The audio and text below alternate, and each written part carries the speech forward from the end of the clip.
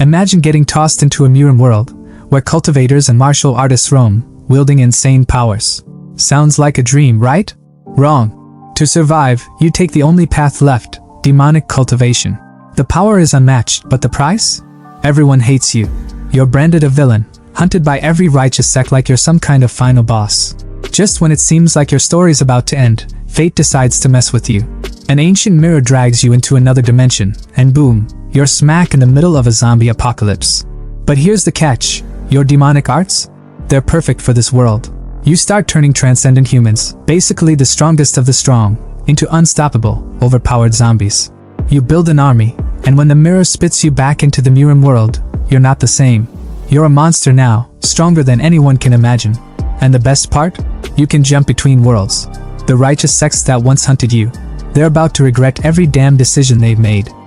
It all starts in Shinhee City, where rumors are spreading like wildfire about the notorious Wuji sect, infamous for their gruesome demonic arts. Fear grips the city, but some reassure the crowd that righteous cultivators have arrived to destroy the sect. Meanwhile, a mysterious figure passing by overhears everything with some kind of secret technique. He pauses, tilts his hat and turns back. He mutters, "Looks like I can't stay here for long. I've been hunted by these bastards for over a year now. What a pity to live like this." That's Chu Xian, our protagonist. And guess what? He's an inner disciple of the Wuji sect. The sect that sends people and righteous cultivators into a frenzy. But as I mentioned, he's not even from this world. Chu Xian is an earthling who got ice-skate into the Chagzun continent with no family, no background, no cheat system, no maxed out stats, and no girl. Poor guy. But our MC isn't having it, so he took matters into his own hands, walking the dark path of demonic cultivation. Through sheer grit and ruthless determination, he clawed his way into the Wuji sect, the largest and strongest sect in Yugua. To survive, he mastered everything: worm cultivation, poison arts, disguise, corpse puppetry, you name it. After years of relentless effort, he finally reached the chi refining stage, poised to be accepted as an inner disciple by the sect elders. But fate had other plans. Out of nowhere, the first ancestor of the sect went mad and perished, leaving the Wuji sect vulnerable. The 5 major orthodox sects pounced, branding them a demonic cult and slaughtering them mercilessly. The Wuji sect was obliterated, its disciples massacred. The few survivors, like Chu Xian, were now hunted like animals. Back in the present, Chu Xian leaned against a shadowy wall, his hat falling to the ground as a wave of pain hit him. His voice was strained, trembling with desperation. "The blood transformation and soul seizure art. It needs so much blood essence. Feeding the worms, flesh and blood. If I don't get resources soon, the backlash will kill me." But he gritted his teeth, pushing himself forward. A cold resolve filled his gaze. Today, he was going to meet someone, a surviving junior disciple, his only hope to replenish his resources. He turned back to a bar behind him and spotted a figure cloaked in blue sitting alone. The figure seemed to shift uneasily as Chu Xian approached. With a nervous smile, the junior disciple greeted him cautiously. "Brother Chu Xian, you're finally here. You don't look well. Are you alright?" Chu Xian's gaze was cold, his piercing eyes betraying no emotion as he cut straight to the point. "Have you brought the items?" The junior brother hesitated, glancing around nervously, his hands trembling slightly. "Brother, you're still practicing our sex techniques? If the orthodox sects find out, you're dead." Chu Xian's expression darkened, a sharp edge cutting through his words as he replied, his tone icy and laced with frustration. "They've already sentenced us to death. Whether I cultivate demonic arts or not, what difference does it make?" The junior disciple's hands fumbled as he handed over a bag of demon beast blood beads, their crimson glow reflecting in Chu Xian's eyes. But then, a chill ran down his spine. His instincts screamed at him, his body tensing as he discreetly activated his listening technique. The tiny snail embedded in his ear came alive, and what he heard sent a surge of cold fury through him. "Using a traitor to lure out these Wuji stragglers. It never fails. Once we capture him, strip him of his belongings and drain him dry, we'll be rich." Betrayal. Chu Xian's knuckles turned white as he clenched the beads, his calm exterior masking the storm brewing within. "Junior brother, I still need the blood spirit pills. Can you get them?" Xian's voice was calm but commanding, his cold gaze fixed on his junior brother. The younger man hesitated, shifting uncomfortably before responding. "I do have some, but they're usually for Foundation establishment cultivators." His voice trailed off as realization struck, and his eyes widened with excitement. "Could it be that you? Have you found Uncle Lu and the others?" He shot to his feet, his excitement almost tangible. But Xian's expression didn't waver. Instead, his gaze grew sharper. Don't ask questions you shouldn't. His voice was as cold as ice, leaving no room for argument. If you have the blood spirit pill, take it out quickly. The sudden chill in his tone froze the younger man in place, but anger quickly replaced the excitement in his eyes. The blood spirit pill is expensive. The junior brother snapped, his voice rising. Senior brother, you probably can't afford it, can you? But then, a sly grin crept across his face as he leaned in slightly, his voice dropping to something more calculated. If you take me to Uncle Lou, and we get protection from a foundation-building cultivator like him, I'll give it to you for free. He paused for a moment to let his words sink in before adding, I'll even throw in a middle-grade spirit stone. A middle-grade spirit stone, worth 100 low-grade spirit stones. The offer wasn't a small one, but Xian didn't flinch. His lips curved into a faint grin as his hand reached for his chin, his expression unreadable. Although the risk is high, seeing how sincere you are, he handed over his own middle-grade spirit stone with an air of calculated calm, his smirk hinting that he already had a plan brewing to get it back. Without another word, the two left the bar, the tension between them simmering under the surface. From the shadows, a group of men watched their departure with sinister smiles. He Liang went with him, their leader said, his voice dripping with malice. Unexpectedly, today we've caught a big fish. His grin widened as he continued, if we capture another foundation-building cultivator, the rewards will be incredible. Not just the sex merit rewards, but even the dead's assets would be worth far more than wasting time on self-cultivation. The men chuckled darkly, their eyes gleaming with greed as they moved to set their trap. At the temple, the atmosphere grew heavier with every step down the underground tunnel. The damp air clung to their skin, and the flickering torchlight cast eerie shadows on the walls. Junior brother broke the silence, his voice tinged with both admiration and unease. Senior brother is still the most reliable. This small courtyard and the underground tunnel are truly flawless. But how much longer do we have to walk? His voice wavered slightly as he glanced around, the growing darkness gnawing at his nerves. We're almost there, Xian replied, his tone steady and emotionless. But then, he stopped abruptly, turning back to face his junior brother. His crimson eyes glowed faintly in the dim light, and his lips curled into a chilling smile. But if you're in a hurry, junior brother. His voice dropped, dripping with malice. Senior brother will accompany you for a while then? Before the younger man could even process the words, Xian struck. The force of the attack was brutal, sending the junior brother flying backward. His body crashed through the temple doors, splintering wood and stone, before skidding across the rough stone floor outside. The ambushers outside are confused and shocked, unable to do anything, so they rush to their injured ally. Blood smeared the ground as Liang struggled to lift his battered body, his voice weak but urgent. Downstairs. His words came out in gasps as he pointed a trembling hand toward the temple. Chu Xian and Lu Jinxiong are both downstairs. Don't worry about me, don't let them escape. The ambushers outside sprang into action at his words. Rush in. Kill everyone, their leader barked, his voice sharp and commanding.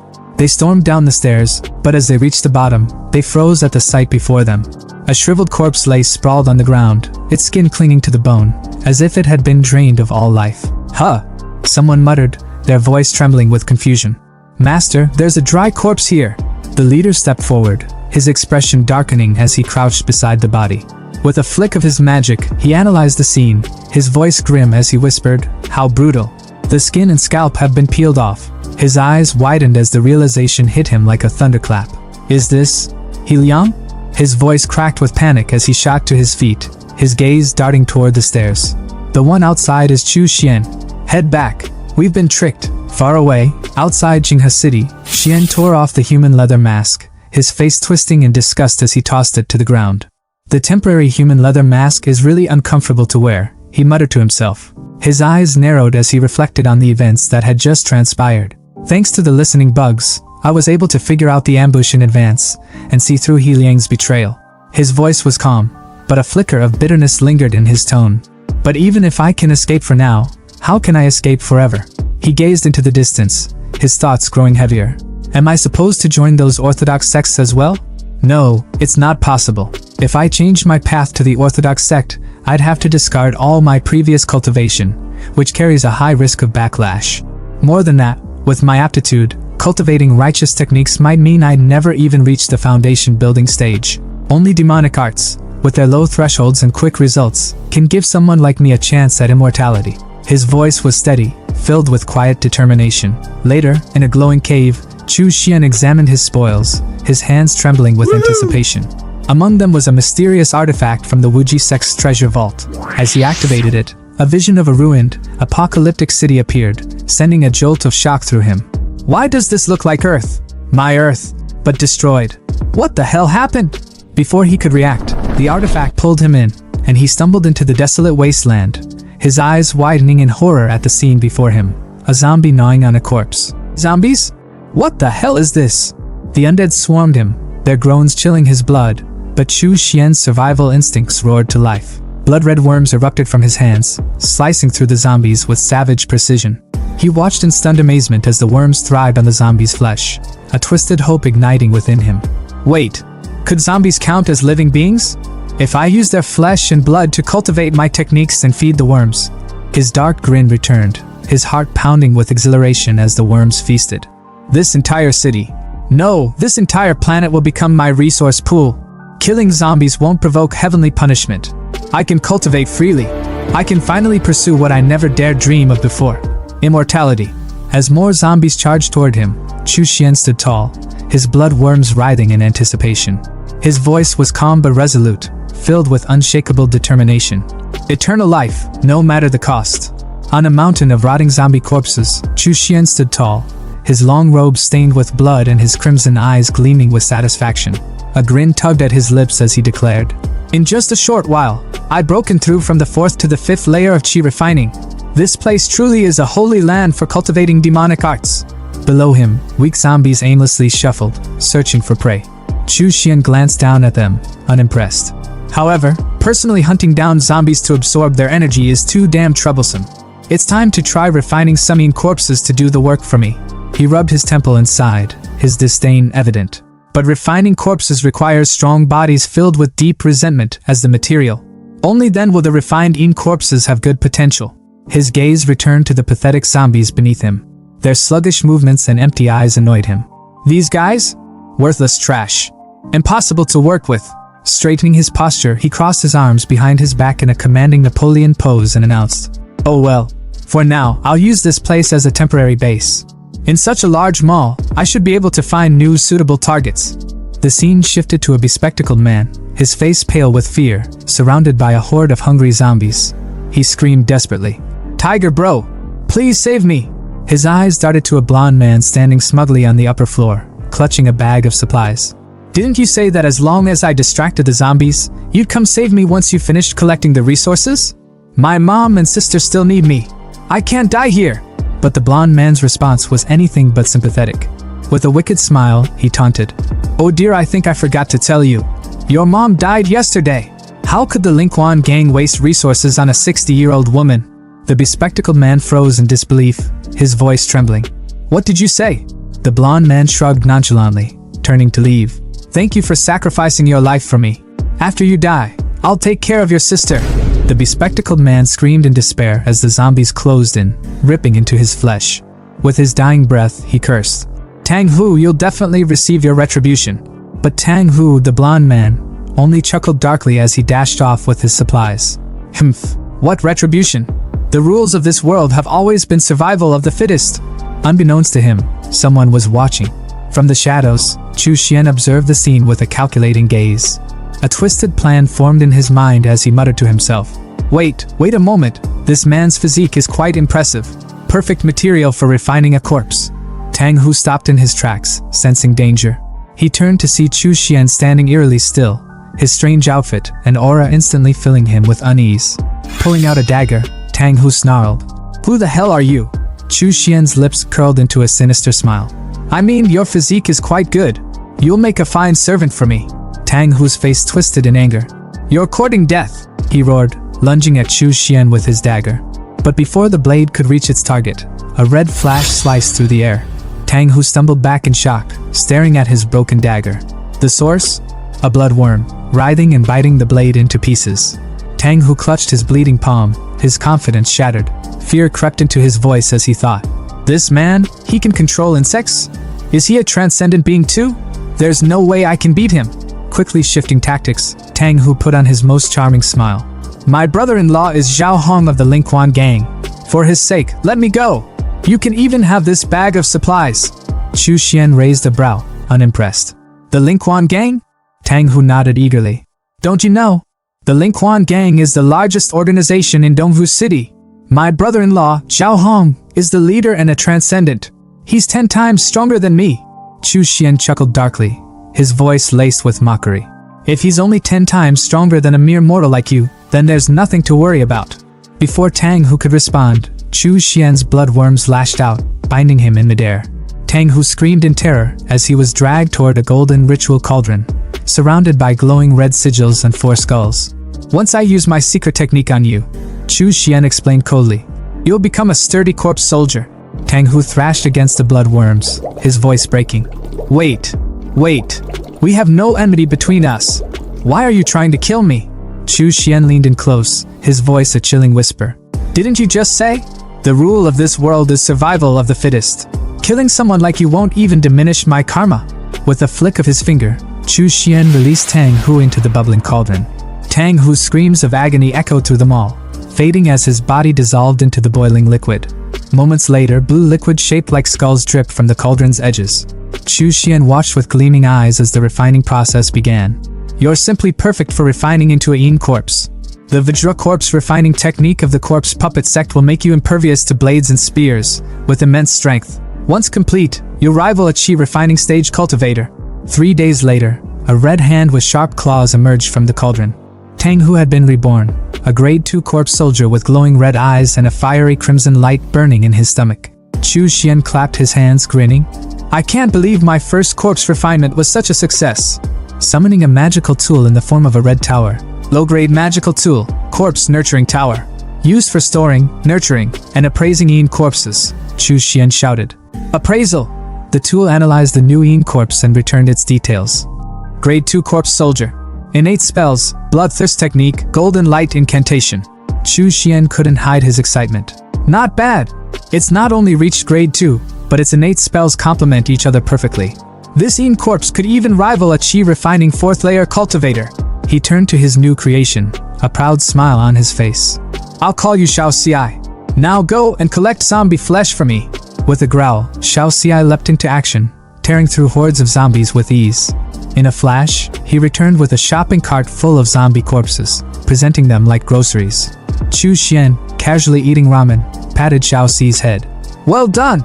You've greatly improved my cultivation efficiency. Chu Xian mused to himself. Who would have thought that someone like me, barely surviving in the Tsengshuan continent, would become a powerful figure with life and death at my command in this world?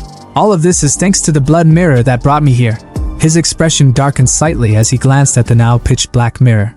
It's unfortunate that the teleportation stopped working, but no matter. I'll continue to cultivate my demonic arts on this zombie-infested planet. When the time is right, I'll return to the Tsengshuan continent stronger than ever. And with that, the demonic king of 2 worlds plotted his next steps. The Haohai Hotel is where it all begins, a high-rise bloodbath waiting to happen. Here, we find a trembling guy in a green jacket bowing his head trembling in fear. He's stammering apologies to a man who looks like Toji Fushiguro's terrifying long-lost cousin. But he isn't the real boss here though. The real boss is Zhao Hong, the Lingquan gang leader, and let's just say his patience ran out about 3 weeks ago.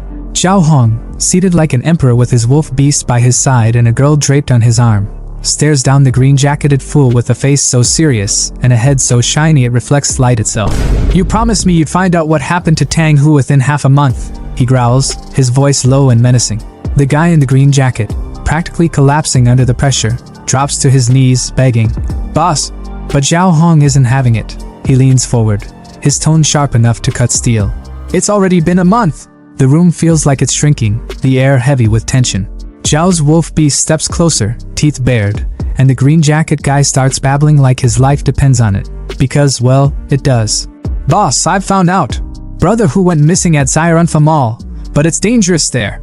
2 of my men already went missing investigating it, and I think there are advanced zombies there. You can't blame me. Only you, boss, can deal with those. For a moment, it seems like Zhao Hong might spare the guy. He even pets his wolf beast, looking almost thoughtful. You're right, he says, his voice calm like the eye of a storm. It's not your fault. After all, you're not a superhuman. Relief floods the green jacket guy's face as he stammers his gratitude. Thank you, boss. Thank you, boss. But Zhao Hong's calm snaps like a twig. His wolf lunges, jaws snapping, and in moments, the green jacket guy is nothing but a meal. Zhao wipes his hands clean of the useless ordinary person and turns to his right-hand man, Wang Bao, the one who looks eerily like Toji. Dead or alive, find him. Take De Huang and Air Hay with you. We're going to Zairanfa Mall. Cut to their tank-like car roaring through the zombie apocalypse. The Linquan gang makes an entrance like a wrecking ball, smashing through hordes of undead like they're nothing but speed bumps. By the time they reach Zairanfa Mall, the parking lot is littered with mangled zombie corpses. But something feels off. The air is too still, too clean. Zhao Hong steps out, his 2 wolf beasts, one gray, one golden, at his side. His eyes narrow as he surveys the scene. Strange. The zombie's here. His voice trails off as he orders his wolves to scout ahead. You two, go in first and check things out. The beasts obey, their growls echoing through the eerily silent mall. As Zhao follows, a strong, unmistakable scent of blood hits him like a slap. His gaze snaps to a row of metal barrels, and his expression hardens. What the hell are these things? Before he can make sense of it, his golden wolf barks violently, its eyes fixed upward. Zhao looks up and freezes. Dozens of zombie corpses hang from ropes, swinging like grotesque decorations. His lip curls in disgust. Ugh, what kind of pervert? Is this really something a human could do? Could it be that Tang who was defeated here? Wang Bao, ever the loyal second in command, looks to his boss for direction. Boss, what should we do now? Zhao's face darkens, his aura igniting with a blue flame of pure fury. Whether it was done by Black Blade Security or someone else, he snarls. This debt cannot be settled just like that. His voice booms through the mall. Daring to mess with Zhao Hong's underlings from the Linquan gang is the same as messing with me. I won't rest until I find the culprit and turn them into a dried corpse. Meanwhile, in an entirely different plane of existence, we shift to the MURIM world, a place where spiritual energy flows like a river and grudges are settled with blood. Within a cave on the Tsengshuan continent, a purple glow fills the darkness. Out steps Chu Xian, our boy, looking as fresh as a villain straight out of a power-up montage. He stretches, breathing in the abundant spiritual energy. I'm back, he declares, his voice dripping with confidence. But of course, trouble is already waiting for him. A group of Shenwang family goons stands at the ready, swords drawn and eyes burning with vengeance. Their leader snarls, Chu Xian, you're really running. Last time, you escaped right in front of Xu Shirquan, and we were punished for it. But now, there's no way out. Chu Xian doesn't even flinch. Instead, he smirks, his tone laced with mockery. A few 5th-level Foundation establishment grunts dare to make noise in front of me? What arrogance! The leader's patience snaps. Attack! They roar, and the group surrounds Chu Xian, blades gleaming. Big mistake. Chu Xian's hands move in a blur, and with a sinister grin, he unleashes his upgraded blood steel threads. Long, crimson worms shoot from his palms, tangling the ambushes midair like marionettes in a twisted puppet show. Screams fill the cave as one of them shrieks. How can this be? Weren't you only at the 4th level of chi refinement? Chu Xian laughs darkly. Your information is outdated. My cultivation has already reached the 6th level of chi refinement. The leader stares slack-jawed. That's impossible. It's only been 3 days. How can you break through the 6th level? Chu Xian's mind races. Wait, 3 days? He calculates quickly. I've been inside the Blood Mirror world for a month, yet only 3 days have passed here. The time difference must be about 10 to 1. Out loud though, he's all business. Let me ask you, besides you few, are there any other reinforcements pursuing me? Did that Foundation establishment master of yours come as well? When his question is met with silence, he tightens his grip on the threads, splitting one poor soul into bloody chunks. Answer me, or this will all be your fate. Terrified, the remaining ambushers spill everything. We're the only ones here. There's no other reinforcements. Master thought a few of us could handle you, so he didn't come. Chu Xian's smile turns cold. Really? Then I don't need to worry. The ambushers dare to hope. You said you'd let us go. But Chu Xian interrupts, his threads slicing through them like a butcher carving meat. Blood splatters the cave walls as he licks the crimson from his hands, a satisfied smirk curling his lips. Did you actually believe that? After all, I'm the ruthless, cold-blooded demon Cultivator. Watching his blood worms devour the remains, Chu Xian reflects on his recent gains. Blood Mirror. I only had a single bloodline, and now, not only has my cultivation reached the 6th level of chi refinement, but I've also mastered the innate technique Blood Nourishment. On top of that, I have a 3rd-level zombie as a trump card. He steps out of the cave, now standing on a cliff overlooking the kingdom below. His gaze sharpens. I must break through the realms even faster to extend my lifespan. The blood furnace on the zombie world provides endless resources, but I still need materials from the Tsengshuan continent. The next time the blood mirror gains energy, I'll have to restock before that. The bustling energy of Tsengshuan market was almost overwhelming, with the air thick with haggling voices and the aroma of rare herbs and exotic wares. Chu Xian strolled through the crowd, his mind preoccupied. He silently calculated his inventory, thinking about the materials he'd gathered for refining the corpse. He had the rare heavenly treasures locked down, but the most essential item? Nowhere to be found in the usual markets. He'd need to dig deeper, find the right channels. His thoughts were abruptly interrupted when his sharp eyes caught something familiar glinting under the sun at a vendor's stall. His heart skipped a beat. What the hell? That's the Wuji sex token, the withered bone.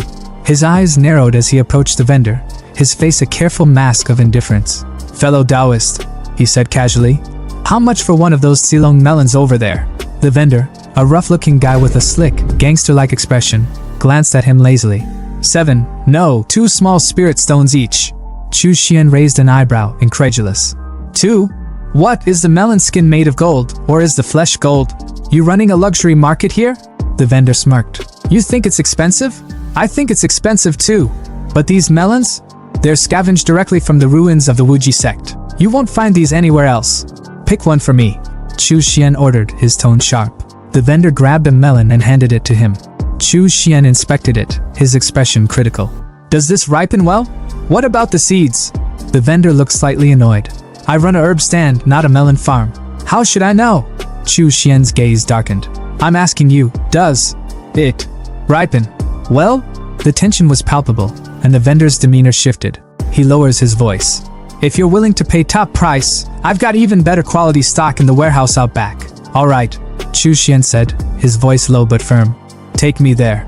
Once in front of his house, the vendor's tone became respectful. May I ask which senior brother I have the honor of speaking to? Chu Xian removed his hat, revealing his identity. Chu Xian. The vendor's eyes widened in disbelief. Senior brother Chu? It's really you. I'm Qianlong. I joined the Wuji sect in the same batch as you. You probably don't remember me, but I've always admired you.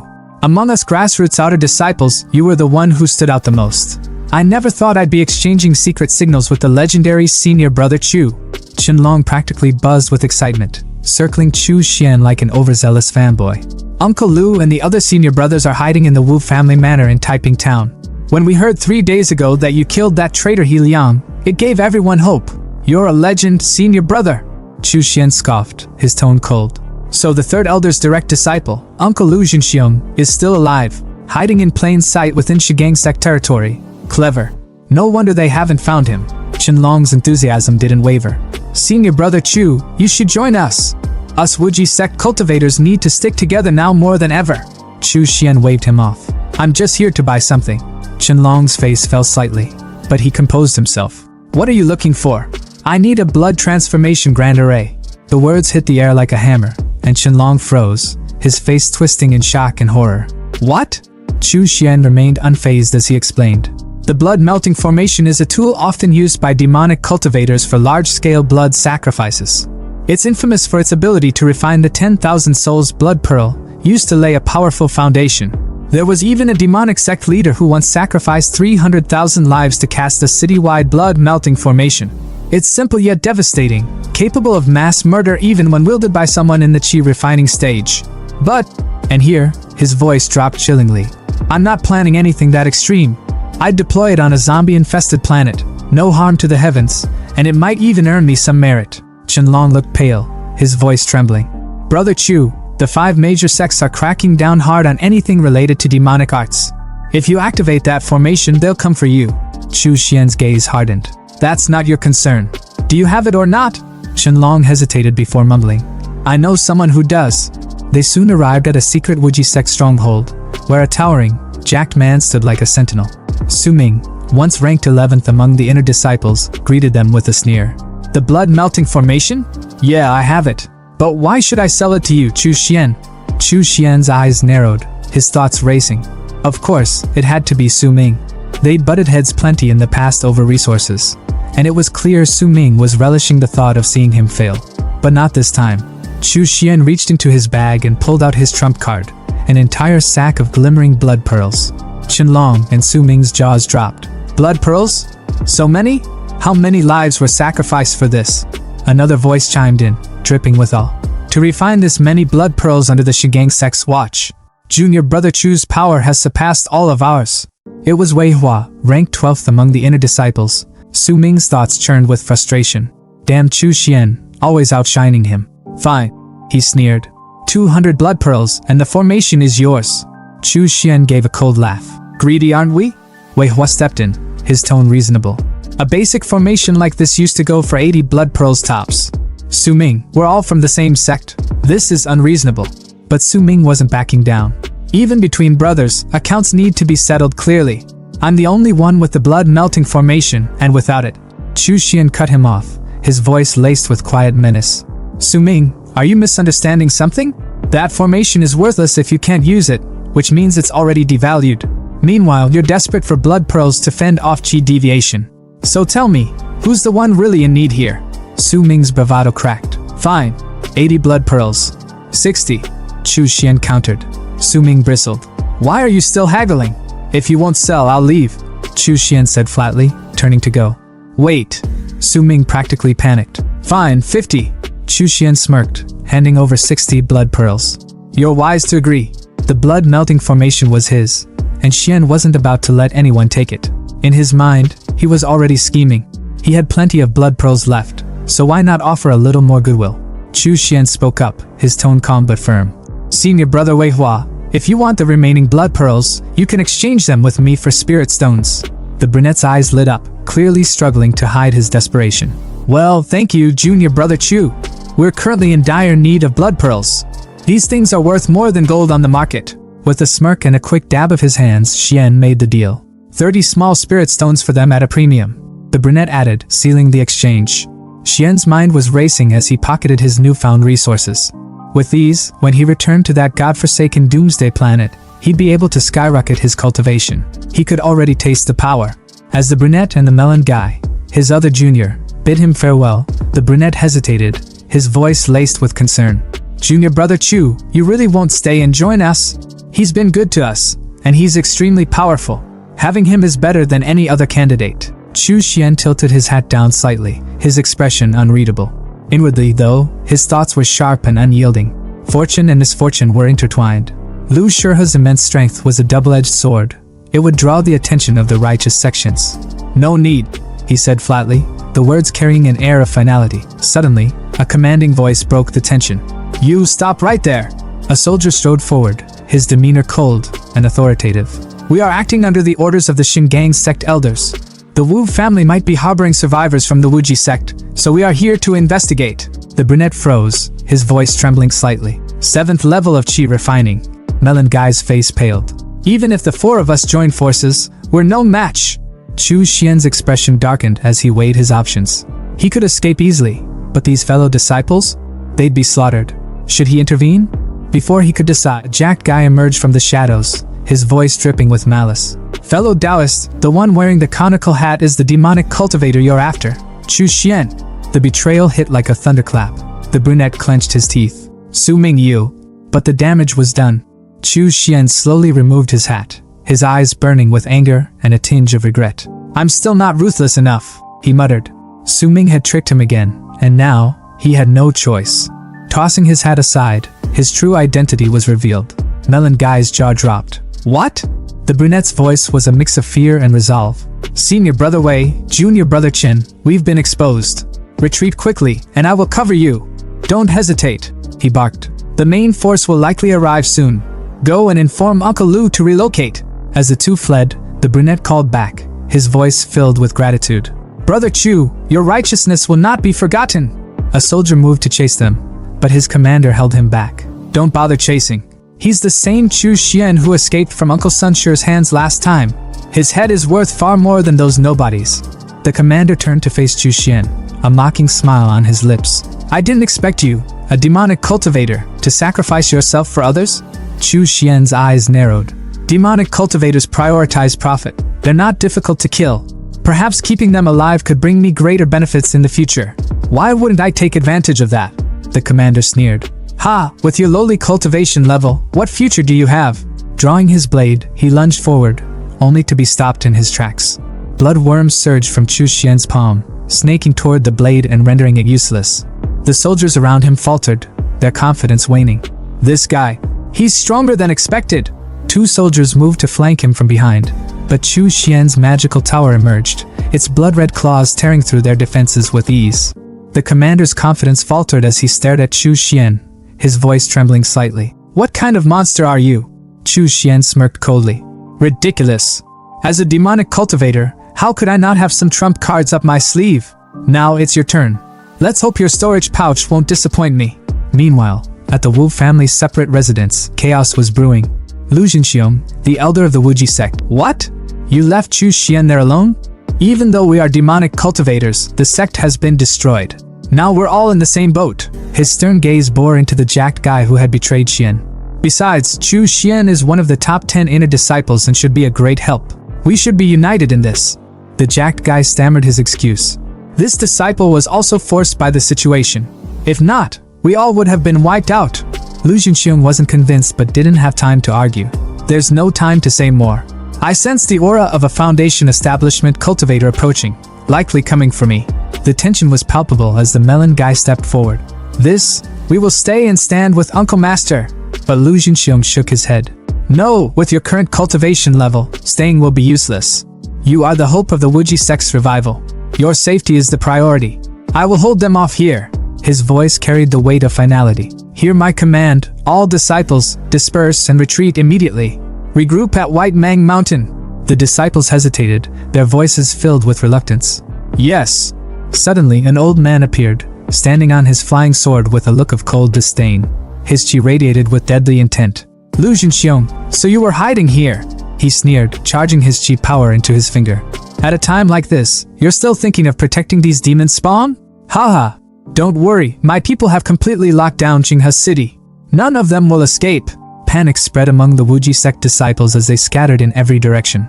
Back at Taiping Square, the brunette, melon guy, and jacked guy stumbled upon a grisly scene. The ground was littered with the corpses of Xinli sect cultivators. The brunette's voice trembled. Those are actually the corpses of those Xinli sect cultivators. Is there anyone in Qinghe City who could have done this? Melon guy's voice wavered with hope. Could it be senior brother Chu? The jacked guy scoffed, his tone dripping with disbelief. Are you joking? Judging by the condition of the bodies, they were clearly killed in an instant. It would take at least a chi refining stage level 8 cultivator to do that. How could it have been him? The brunette pointed toward the distance. Let's not worry about that now. The enemy didn't leave but instead died here. More pursuers will likely be drawn soon. Everyone, make the most of the time we have and evacuate quickly. Near Taiping Mountain, the remnants of the Wuji sect huddled together in the dense forest, their breaths shallow, their gazes darting at every rustle of the leaves. Tension hung heavy in the air until the melon guy's voice broke the silence. Uncle Master Lu is back. His relief was palpable, but that relief turned to horror when they saw Lu Jinxiong stumble into view, his left arm bloodied and limp. Uncle Master! Someone cried out in alarm. Another disciple rushed forward, already calling for a healer, but Lu waved him off, his voice steady despite the pain. I'm fine. It's unavoidable to suffer some injuries during an escape, his face worn but his eyes sharp as ever. But you all! Qinghe City was completely surrounded by Xinli sect forces, yet you managed to escape without losing a single person. It's truly fortunate. The brunette stepped forward, bowing deeply. Thanks to the sect's protection, the disciples managed to leave without obstruction. Even the 3 Xinli sect disciples originally stationed there were killed by someone. The mention of this unexpected event made Lu raise an eyebrow. Something like this happened? Could it be a wandering expert passing by? He sat down on a fallen tree. His tone was contemplative, though his body remained tense as a disciple wrapped bandages around his injured arm. Then, his gaze sharpened. Where is Chu Xian? The brunette hesitated, guilt flickering in his eyes. This disciple doesn't know. In the rush, I didn't spot brother Chu Xian. Su Ming, the jacked guy, crossed his arms with a scoff. Chu Xian is only at the 4th level of chi refining. Facing 3 opponents, he probably got reduced to ashes. His voice was cold, uncaring. But the melon guy wasn't having it. Su Ming, this is all your fault for getting senior brother Chu killed. And you still have the nerve to speak? His fists clenched as he glared at Su Ming, who merely shrugged. Lu Jinxiong rubbed his chin thoughtfully. Chu Xian. I recall him. He's the one who's been ranked 10th in the inner sect for years. His aptitude may be ordinary, but he's very clever. He might not have met with misfortune. His sharp gaze turned to Wei Hua, the brunette. Wei Hua, once things calm down, take some people to gather information on him. If you find him, bring him to join us. It's good to have some support. Since the sex destruction, he's been wandering alone. I can't imagine how difficult things must be for him now. Meanwhile, Chu Xian wasn't exactly struggling. In a dimly lit cavern, he sat cross-legged, grinning from ear to ear as he counted his spoils. Ha ha ha, life is really getting better and better. He chuckled, his voice echoing in the cavern. 800 low-grade spirit stones, 2 mid-grade spirit stones. Spirit gathering formation and maze formation, suitable for setting up a cave dwelling. His fingers traced the edge of a small black flag, his smile turning wicked. Surprisingly, there's even a 10,000 souls banner. This is a notorious evil sect treasure. It's extremely harmful to one's karma. This mid-grade 10,000 souls banner must have required the slaughter of countless beings and the extraction of their souls to be refined. A righteous cultivator from the Shunli sect, actually greedy for its power, secretly kept it and refined it in the dark. His gaze darkened as he held the banner up to the dim light. However, it's perfect for me to take to the zombie planet, where there are plenty of zombies for me to extract souls from. Once the 10,000 souls banner is fully refined, tens of millions of ferocious ghosts will rise like a tide, becoming a powerful trump card. With a satisfied sigh, he stood up, stretching his arms. The items I need are all gathered. The blood mirror has been fully charged too. It's time to head back. With a flick of his wrist, he summoned the magical mirror, a portal of swirling purple energy opening before him. Zombie planet, here I come! On the other side, however, he was greeted with a scene that made his jaw clench. Smoke billowed from what remained of his base. The barrels of supplies he'd so painstakingly gathered reduced to ash. He crouched by the smoldering remains, his voice low and seething. Let me calculate the time. I should have left here about 2 months ago. But things shouldn't have turned out this way. His eyes narrowed as he inspected the damage. Corpses wouldn't do something like this. Someone deliberately set the fire. If I had known, I would have refined a few more corpses to guard the place. His fist tightened, his teeth grinding in frustration. My snack reserves, all burned to ashes. Whoever did this didn't even come here to loot supplies. They just set a fire for no damn reason? Summoning his magic tower, he called out. Xiaohu, report to me. Come here. Elsewhere, a couple knelt on the ground before Toji, their faces pale with terror. Don't kill us. We really haven't seen anyone going in or out of the mall. The boyfriend pleaded, his voice shaking. Toji's sneer was almost predatory as he stepped closer to the girl, licking his lips. Oh no, perhaps there's still some use for you after all. The girlfriend's eyes widened in horror. No, please, she begged, her voice cracking. Before Toji could lay a hand on her, a massive shadow loomed over him. He turned slowly, his confidence evaporating as he stared up at Xiaohu, who towered over him like death itself. The couple didn't waste a second, scrambling to their feet and running as fast as they could. It's a high-level zombie, the boyfriend shouted in panic, his voice fading into the distance. Xiaohu leaned down toward Toji, mimicking the predator's earlier movements, and karma hit like a truck. Toji's legs shook as he stammered. No, don't. But then his eyes focused on the zombie's face, recognition dawning too late. Wait, this zombie. Tang Hu.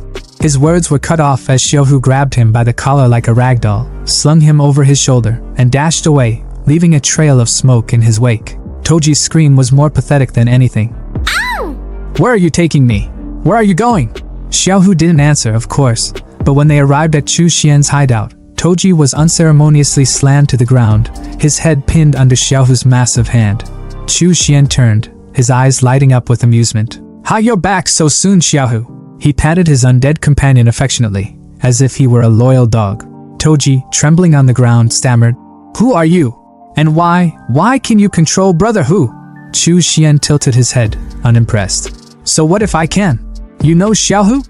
Could it be that you're also part of the same gang? Was it your people who burned down this place too? Toji, shaking but still have the balls to say, Yes, so what about it? Chu Xian's expression darkened, his tone turning icy. I haven't caused any trouble here yet, but instead, others have already troubled me. His eyes glowed crimson as his aura intensified. If I want to cultivate in peace in this world, I'll have to deal with these annoying little dogs first. He leaned in, his voice dripping with malice. I just wonder how much corpse refining material they can provide me. Toji's voice cracked as he asked, Corpse refining? What does that mean? Chu Xian smirked. How about you first tell me all the intel you have on the gang? Chu Xian's spirit-capturing eyes glowed with an eerie intensity as he locked his gaze onto Toji, the man's pupils dilating like a puppet under command. Toji's voice trembled, spilling the truth as if his very soul had been wrenched open. "My name is Wang Bao," he confessed, his words robotic and devoid of resistance. "A trusted subordinate of Zhao Hong, the Spirit Dog Gang's boss. Our base is in the Grand Hotel. The mall was burned down when we came to look for Brother Hu. Meeting the horrifying scene, the boss ordered us to fire and destroy everything." Chu Xian's cold stare didn't waver. His tone was sharp, slicing through the air like a blade. "How strong is Zhao Hong?" Toji's head tilted slightly, his subdued voice revealing the extent of their boss's power. "He's a 5-level transcendent who has tamed 3 spirit dogs. Each one of them is more than 3 meters long and incredibly violent. He's also physically stronger than an ordinary person. He can compete with high-level zombies." But something in Toji's voice shifted. He was regaining fragments of his consciousness. A flicker of fear crossed his face as he stammered. Chu Xian's thoughts raced. The spirit capturing I was losing its grip. Time was running out. He pressed on. "Wang Bao, let me ask you one last question. This isn't your first time murdering and burning things down, is it?" Toji's lips curled into a nervous grin, his voice dripping with sarcasm as he chuckled uneasily. Of course not. Such things are common right now. I even enjoy it a little bit. Ha ha ha ha." His laughter was hollow, but the moment was short-lived. Chu Xian's expression darkened, his voice icy as he delivered a final, chilling verdict. "In this case, there is no need to refuse your excellent corpse refining material." Panic surged through Toji as the realization hit him like a brick wall. His scream pierced the air. "What did I do just now?" But there was no mercy to be found. Xiaohu, the towering zombie, grabbed Toji like a ragdoll, lifting him effortlessly. The cauldron bubbled ominously, steam rising as if it were eager to claim its next victim. Chu Xian stood calmly, his eyes gleaming with a sinister satisfaction as he threw the final ingredients into the boiling concoction. Toji thrashed violently, his screams echoing through the space. What are you doing?" But his cries were cut short as Xiaohu smashed him into the seething liquid, submerging him completely. Chu Xian watched the process unfold, his thoughts cold and calculating. "Transcendence, spirit dogs, high-level zombies. This zombie planet is more interesting than I thought. Although a chi refining cultivator is a powerful being on this planet, I still can't take them lightly." He stepped outside, the wasteland stretching out before him in its apocalyptic glory. His mind raced with plans. "I need to gather information and continue collecting zombie materials. After all, my energy is limited as just one person." He clasped his hands behind his back, an air of authority surrounding him, his posture reminiscent of a ruler surveying his kingdom. "Although the Ian corpses are strong, they lack intelligence. If I could use a team of normally functioning servants, the results would be much better. Keeping the spirit dog gang alive might be more useful than killing them." Hours passed, and from the cauldron emerged a figure unrecognizable from the trembling man he had been. Toji was no more. What stood in his place was a hulking blue zombie, spikes jutting from his back and elbows, his icy blue eyes glowing with an unnatural light. Energy crackled around him, radiating like a storm. His core pulsed with power, a lightning-like arc reactor embedded in his chest. Chu Xian's magical tower scanned and analyzed the creation. Middle-grade Ian corpse. Level 3 corpse soldier. Innate spells, silent walk, fire thorn. A twisted smile crept across Chu Xian's face. "Not bad. A middle grade with 2 innate spells. He's a good pick for an assassin. You're Xiao Bao from now on. You and Xiaohu are a perfect team." But the harmony didn't last long. Xiaohu, the jealous brute, didn't take kindly to the competition. He shoved Xiao Bao aside with a menacing glare, trying to monopolize Chu Xian's attention. Xiao Bao, now despite his terrifying form, cowered behind Chu Xian like a scolded puppy, his glowing eyes wide with fear. Chu Xian sighed, rubbing his temples in disbelief. "So 2 big strong zombies competing for my favor." His tone shifted, dripping with dark amusement as his expression turned villainous. "Well, it's time to find someone to settle a score with. Come on, cheer up. It's time to go play." At that, both zombies snapped to attention, their rivalry forgotten. Xiao Bao's icy blue aura crackled, while Xiaohu's blood-red energy flared. They roared in unison, ready for action. The scene shifted to the Grand Hotel, its entrance a chaotic mess, with debris scattered everywhere. Inside, the spirit dog gang lounged carelessly, their guard down. A man with braids slapped a card on the table. 3! He barked, his voice triumphant. Across from him, a man with a mohawk laughed as he played his hand. 4-2! Haha, you'll lose! The room reeked of alcohol and stale smoke, their laughter echoing through the space, until the garage door exploded. Smoke billowed into the room, and chaos erupted as they scrambled to their feet. "Who is it?" one of them yelled, panic setting in. "Who's that guy?" And what's with that outfit? A cosplay? Through the haze, Chu Xian emerged, his voice calm but commanding. I am the Spirit Dog Gang's new boss. His words hung in the air for a moment before one of the gang, a man in a durag, burst into laughter, tossing his drink at Chu Xian. So funny! Where did that fool come from? But before the liquid could touch him, Xiaohu intervened, smashing the bottle into shards with a single swipe. The gang froze, their confidence evaporating as the realization hit. A high-level zombie, one of them stammered. Chu Xian's expression hardened as he surveyed the pathetic group. These idiots are a waste of resources if they are left alive. His gaze shifted to Xiao Bao. Take care of him. Without hesitation, Xiao Bao leaped into action, his movements swift and lethal. He tore into the man with the durag, ripping his arms apart with a sickening crunch. The gang recoiled in terror as Chu Xian's voice cut through their screams. If you don't want to end up like this, tell Zhao Han to come out quickly. The tension was palpable as one of the gang members stammered. Don't kill us. I'll call the boss right away. Moments later, the heavy thud of boots echoed as a group approached, armed and ready for battle. At the center of the group stood Zhao Hong, flanked by 3 spirit dogs, 2 gray beasts and a massive golden one. Zhao Hong's voice was calm but laced with menace. You're looking for me?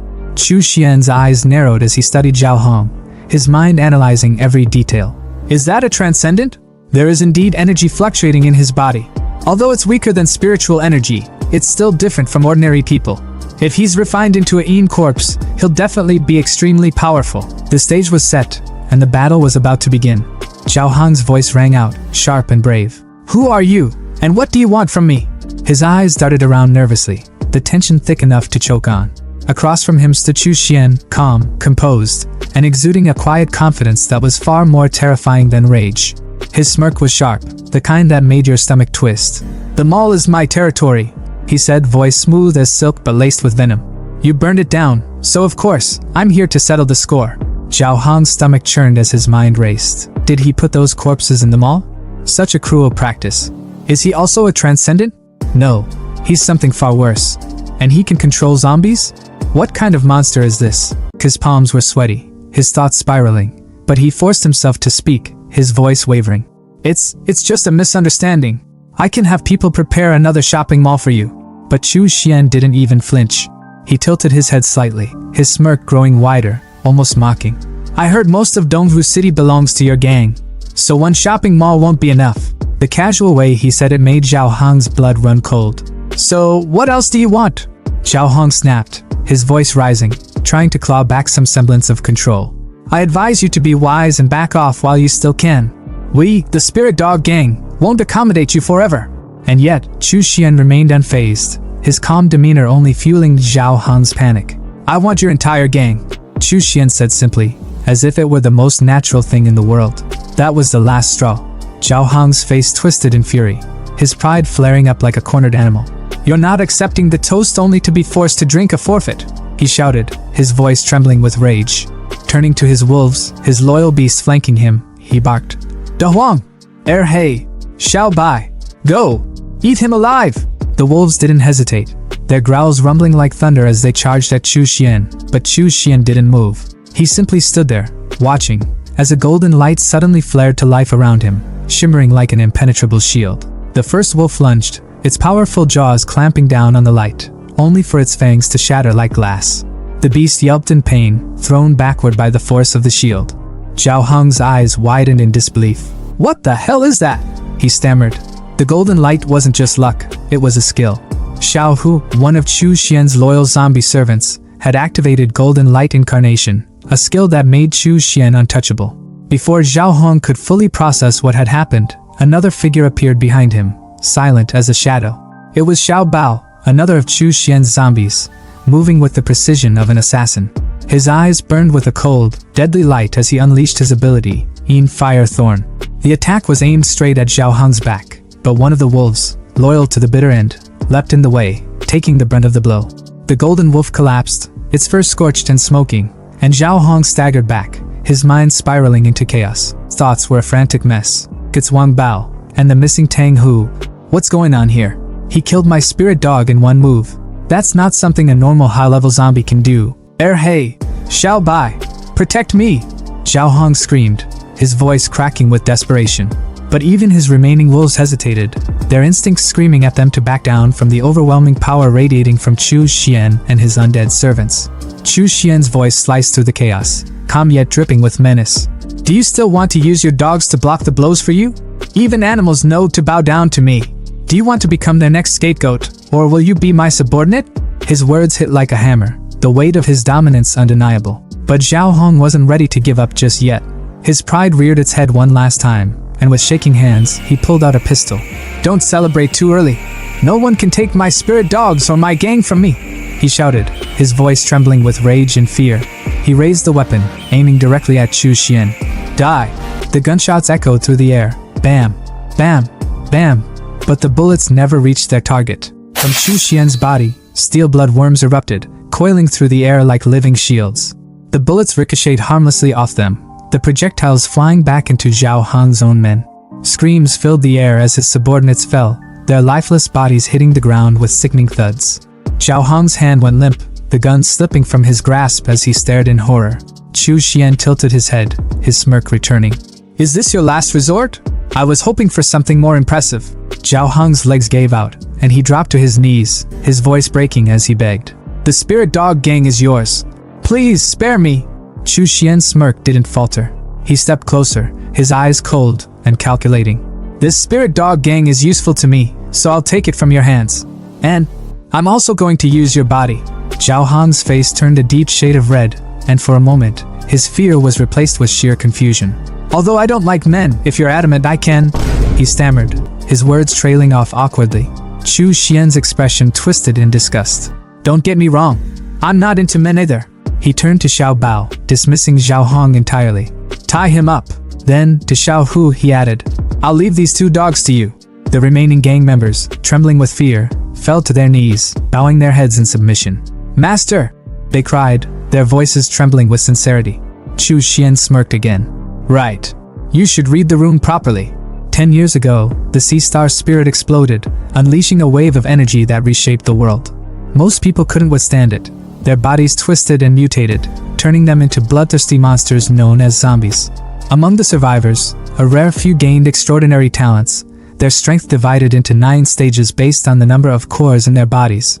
Back in the present, Zhao Hong, now tied up and defeated, explained through gritted teeth.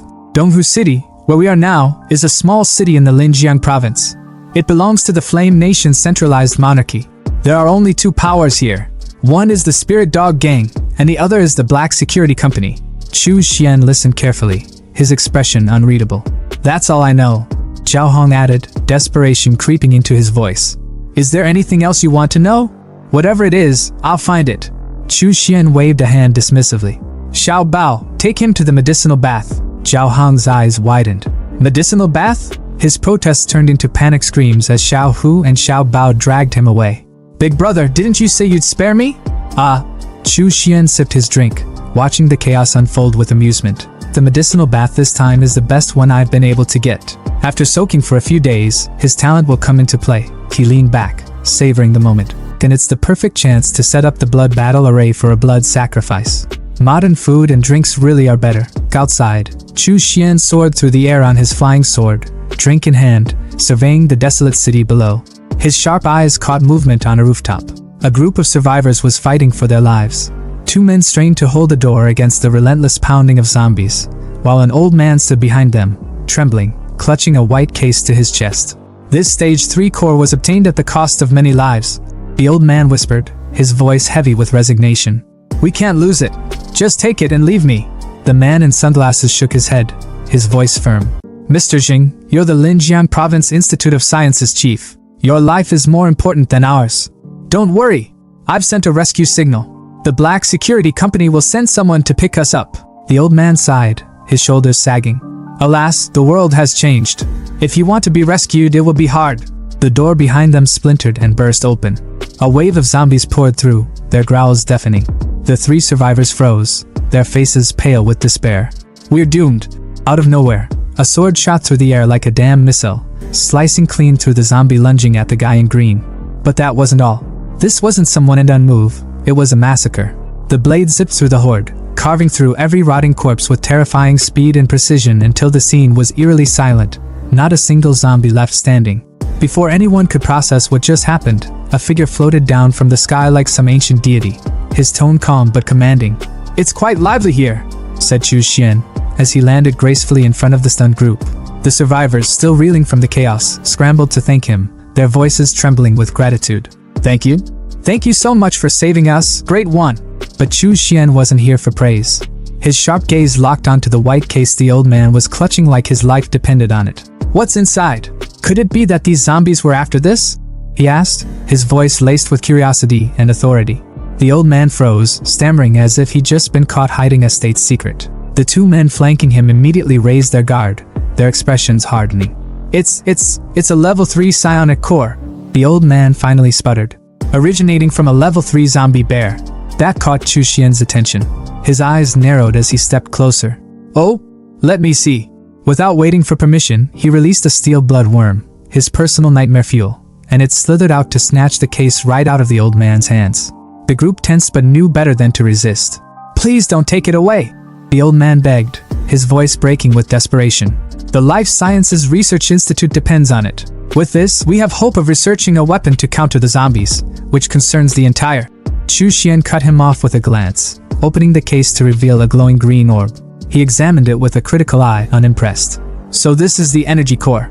It's not that impressive," he thought, his inner monologue dripping with disdain.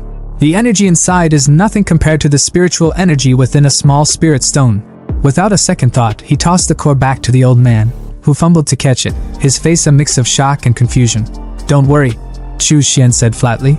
"I'm not interested in things at this level." The old man could barely process what he just heard. A level 3 psionic core, insignificant? Who the hell was this guy? Before he could voice his disbelief, Chu Xian turned his attention back to the group. "You all, where have you come from?" he asked, his tone sharp. One of the men, sporting shades that screamed, "Badass wannabe," stepped forward. "We're from Linjiang Province, Linjiang Army. We're under orders to protect Professor Jing and bring back the psionic core." Chu Xian raised a brow. "Just the two of you?" he asked, skepticism dripping from his voice. The guy with the shades scoffed. "Of course not. The Black Blade Security Company will escort us out temporarily." The jacked guy in green, clearly less impressed with this plan, muttered, "If I may ask, what will the Linjiang Army be of use when coming here?" But before the conversation could spiral, Chu Xian's voice cut through, cold and dismissive. "The Linjiang Army?" he repeated, almost as if the name itself was beneath him. As they spoke, Chu Xian's thoughts wandered. Even the strongest cannot compare to the Wuji sect of the past. In these chaotic times, you never know when everything might fall apart. There's no need to intentionally make friends. But then, an idea struck him. "Help me with one thing," he said, his tone shifting slightly, "and I'll ensure your safe departure." The old man's eyes lit up with hope. "Really? We'll do anything you need." But then, as if remembering his position, he adjusted his glasses nervously. "However, we cannot do anything against regulations. That's our bottom line." Chu Xian smirked, already walking away. "You don't need to do much. Just stay on the rooftop. Attracting the zombies will be enough." Before they could protest, he removed the seal from the door, unleashing a horde of zombies below. The old man looked like he was about to have a heart attack, but Chu Xian waved off his panic. "No need to worry," he said casually. "I've already reinforced the door with a stone talisman. These zombies won't be able to break through. You can rest here for now." And with that, he stepped onto his flying sword and disappeared into the sky in a flash. Hovering above the chaos, Chu Xian pulled out his trump card, the 10,000 Souls banner. "Go!" he commanded, activating it with a wave of his hand. Crimson arrays lit up the ground below, forming a massive, birdcage-shaped barrier. The banner planted itself at the center of the attack, radiating raw power. Looking down at the horde of zombies crowding the mall like Black Friday shoppers, Chu Xian smirked. "With the psionic core attracting the zombies, you've saved me a lot of trouble," he muttered, satisfied. Returning to the rooftop, he addressed the trio. "Everything is ready. Time to take you out of here. I'll make sure of one thing first. Do you want to come with me?" The old man didn't hesitate. "We'll go with you." The jacked guy in green, still cautious, muttered, "Mister." But the old man reassured him. "No worries. If this great one wanted to harm us, even 10 lives wouldn't be enough. He wouldn't need to use any tricks." And just like that, Chu Xian wrapped them in his steel blood worm like some creepy, sentient roller coaster and took off on his flying sword. The trio screamed bloody murder the entire time, their terror echoing through the skies. By the time they landed, they were utterly drained, not from running, but from sheer emotional exhaustion. Chu Xian, unfazed, gestured for them to leave. Alright, you can go seek your rescue on your own now. I won't be accompanying you. The old man tried to stop him, bowing deeply. Thank you, Great One, for your immense kindness. May I ask your name, Great One? Chu Xian, ever the dramatic, turned slightly, striking a pose fit for a painting. Chu Xian, he said simply before flying off into the distance. As the trio watched him disappear, the old man muttered, This is definitely beyond the capabilities of a regular transcendent's innate talent. Hurry back. We must report this to General Yi immediately. Meanwhile, Chu Xian hovered over the center of his spell range, a sly grin on his face. With a flick of his finger, he commanded, Blood Transformation Array, go! Red beams of light shot out like lasers, draining the blood of every zombie within the range of his spell. The blood coalesced into spheres, which floated up to Chu Xian like offerings to a god. Ha! The Blood Transformation Array lives up to its reputation. He laughed, exhilarated. These blood orbs, they're enough for me to cultivate to the 9th level of chi refining. But then, something unexpected happened.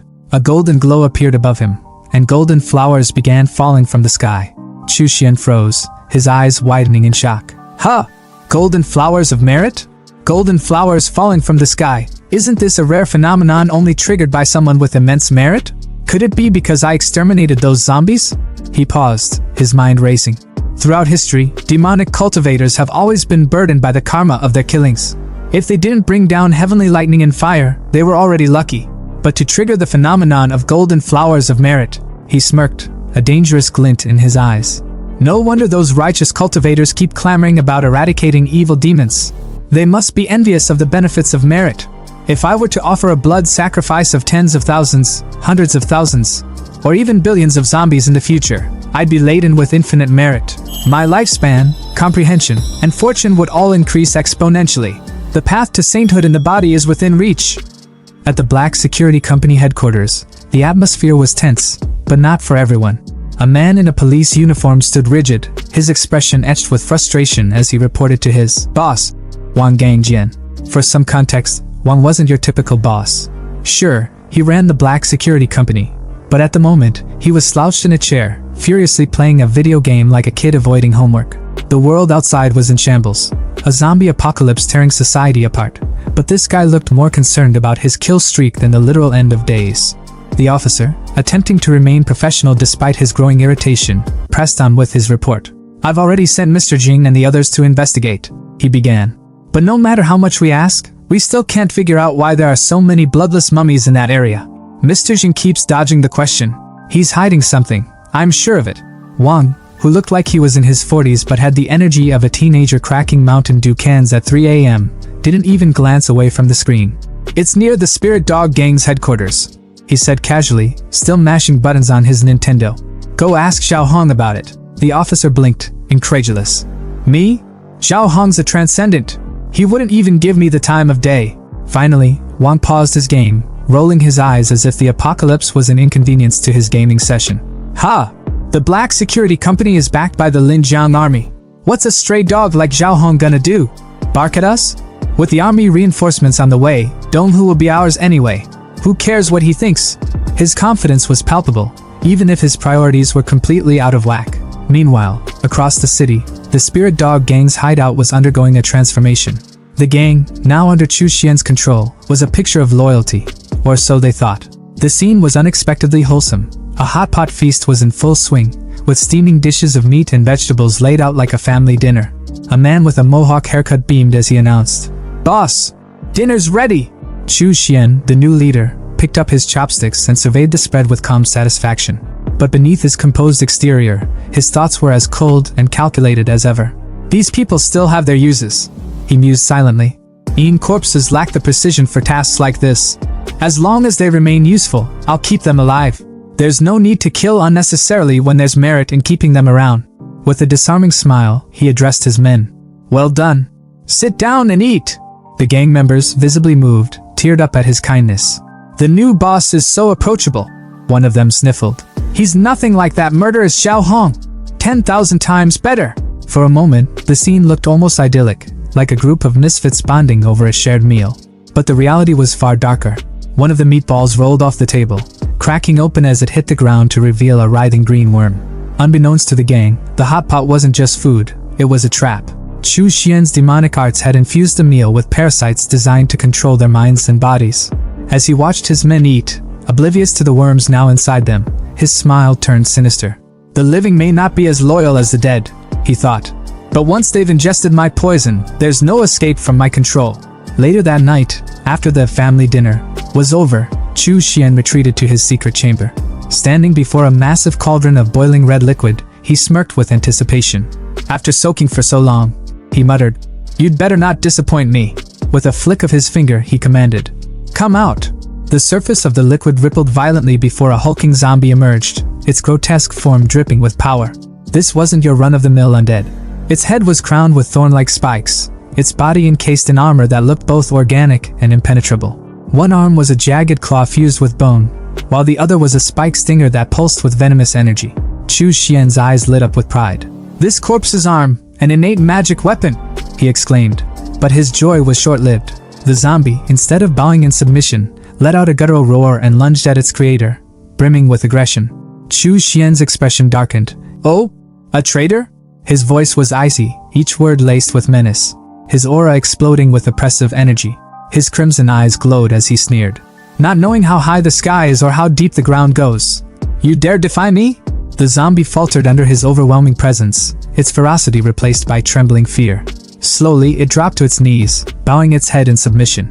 Chu Xian smirked, victorious. "That's better," he muttered, patting the zombie's head like a loyal pet. Using his magical tower, he analyzed his creation. High grade, level 7 corpse soldier. Innate spells, golden light, divine blade spell, corpse roar art, the tower reported. Chu Xian's pride swelled. "You didn't disappoint me after all," he said. "Your new name is Xiao Long." Calling over two other zombies, Xiao Hu and Xiao Bao, he issued his orders. "Take Xiao Long with you.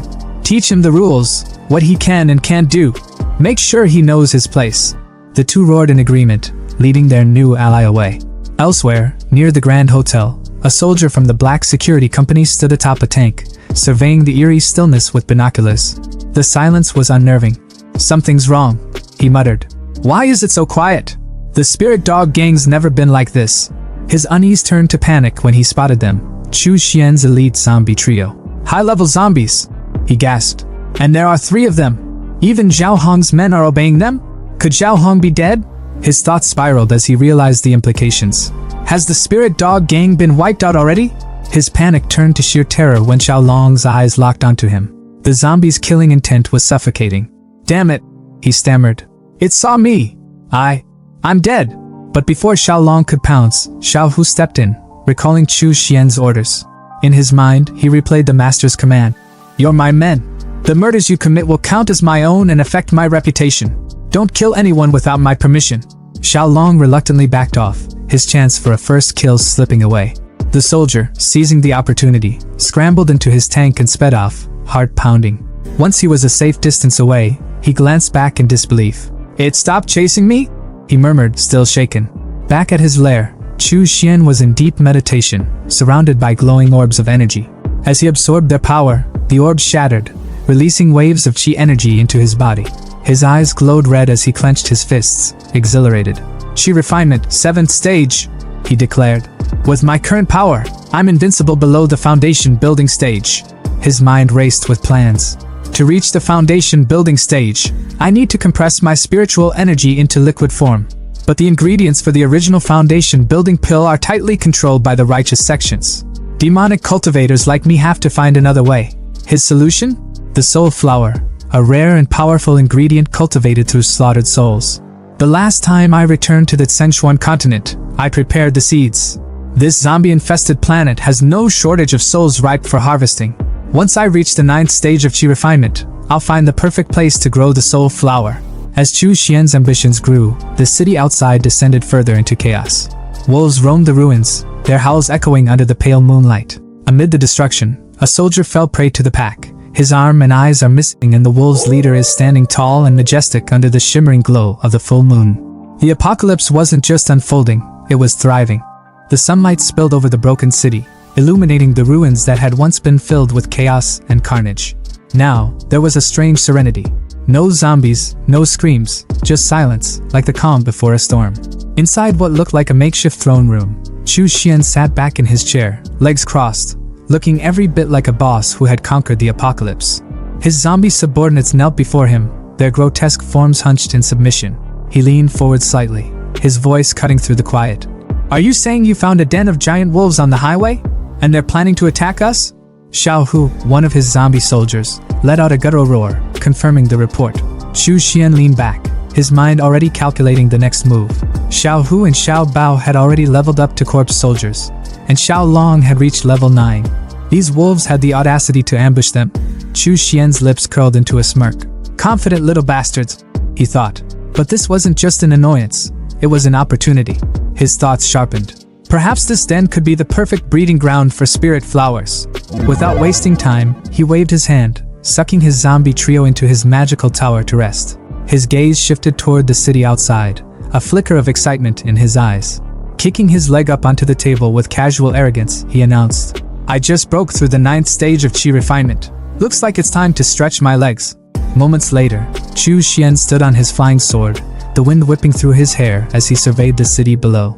The magical tower rested in his palm, its faint glow pulsing with the energy of his undead soldiers inside. His voice was calm but commanding. "Is it here?" he asked, the question hanging in the air. From within the tower, Xiao Hu's roar confirmed the location. Chu Xian descended gracefully and landed near a pair of smashed tanks. His sharp eyes fell on a lifeless body sprawled on the ground. "A Linjiang army guard," he muttered. "So even a level 1 transcendent couldn't survive this." His tone grew colder. "These wolves aren't as simple as I thought." Suddenly, a baby's cry pierced the stillness. The sound was raw and desperate, echoing across the ruins. Chu Xian froze, his eyes narrowing. That cry didn't sit right with him. His instinct screamed that something was off. Without hesitation, he conjured a green fireball, the glowing energy crackling in his palm before he hurled it toward the sound. The explosion lit up the area, a wave of destruction rippling outward. When the dust settled, a severed wolf leg landed near his feet. He stared at it, his expression unreadable, before speaking in a voice so cold it could freeze the air. "If a Linjiang army guard, a transcendent no less, died here, how could a baby survive? Crying so damn loud too?" His gaze darkened. "Someone else might have rushed in to save a life. But unfortunately," he smirked, his voice dropping to a cruel whisper, "you ran into me, a cold-blooded demon cultivator." As if on cue, a deep, guttural howling erupted around him. The ground trembled as the wolves emerged, their glowing crimson eyes locked on Chu Xian with unrelenting hatred, their snarls filling the air as they prepared to attack. But Chu Xian stood unfazed, his expression almost bored. With a casual flick of his hand, he summoned his zombie trio from the magical tower. The undead soldiers materialized, their grotesque forms radiating malice as they roared in unison. The wolves hesitated for a moment, their bloodlust clashing with the overwhelming aura of the zombies. Then, the pack parted, making way for their leader. A massive wolf stepped forward, its blue fur shimmering like frost under the sunlight. A black horn jutted from its head, and its claws scraped against the ground, sharp enough to carve through steel. Chu Xian's eyes narrowed as he studied the creature. "A level 2 transcendent wolf king," he muttered, almost impressed. "Not bad." The wolf king let out an air-splitting howl, the signal for its pack to attack. The wolves surged forward like a tidal wave of fur and fangs, their howls tearing through the air. Chu Xian's voice cut through the noise, calm and commanding. "Leave the transcendent to me," he told his zombies. "The rest are yours." The trio roared in response, charging into the fray without hesitation. The battlefield erupted into chaos.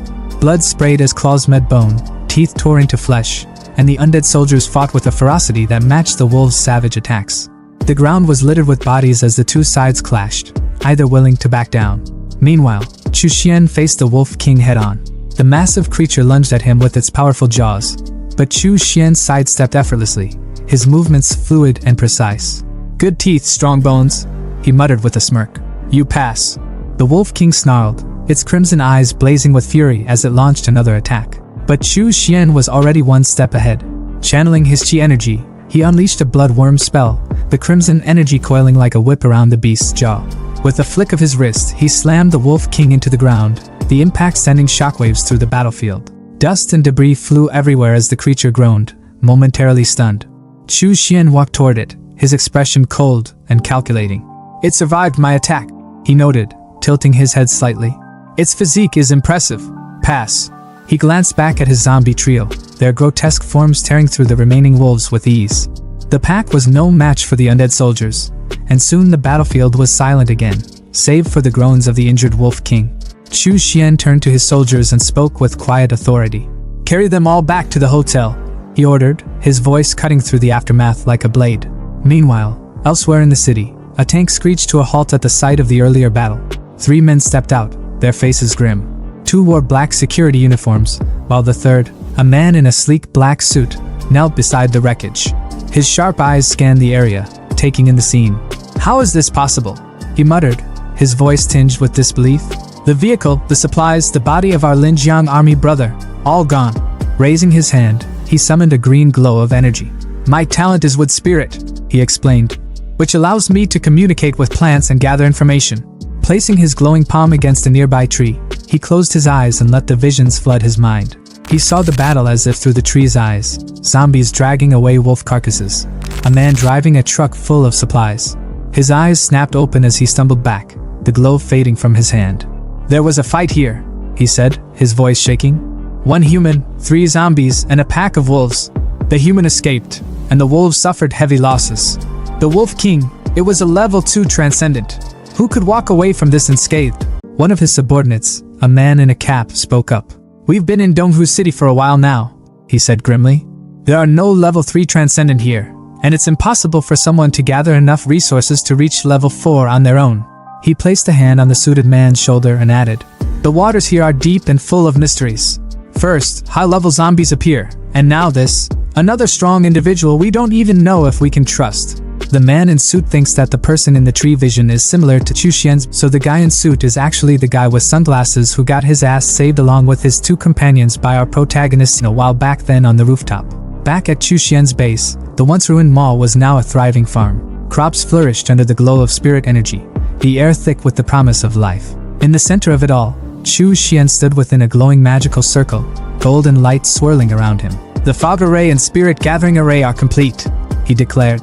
"Now, this place is a holy land. You can farm and raise livestock in peace." His men cheered, their arms full of fresh crops and vegetables. "The boss is amazing," one of them shouted. "Since the zombie outbreak, we never thought we'd see a day like this."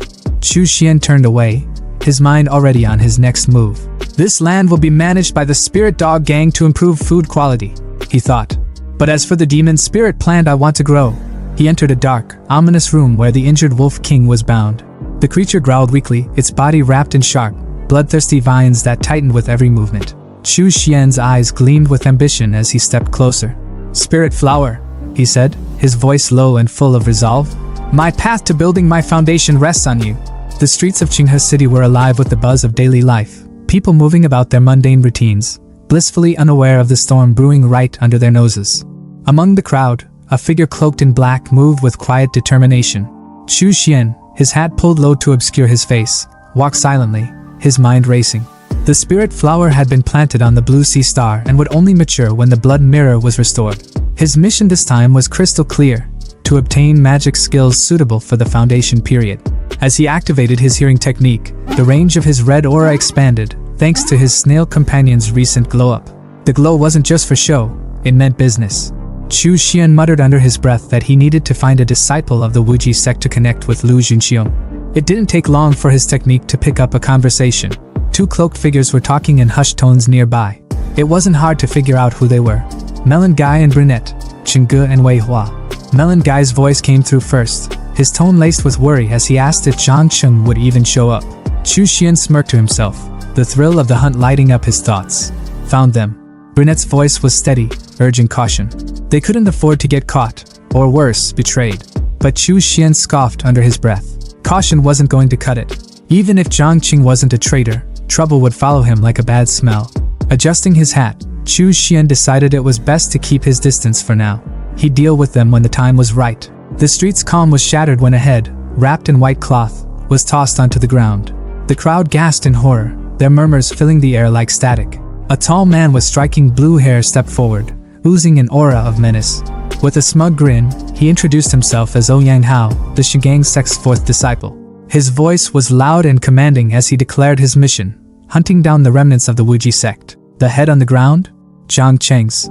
The crowd recoiled as Ouyang gloated, his tone making it clear he wasn't just here to hunt, he was here to make a statement.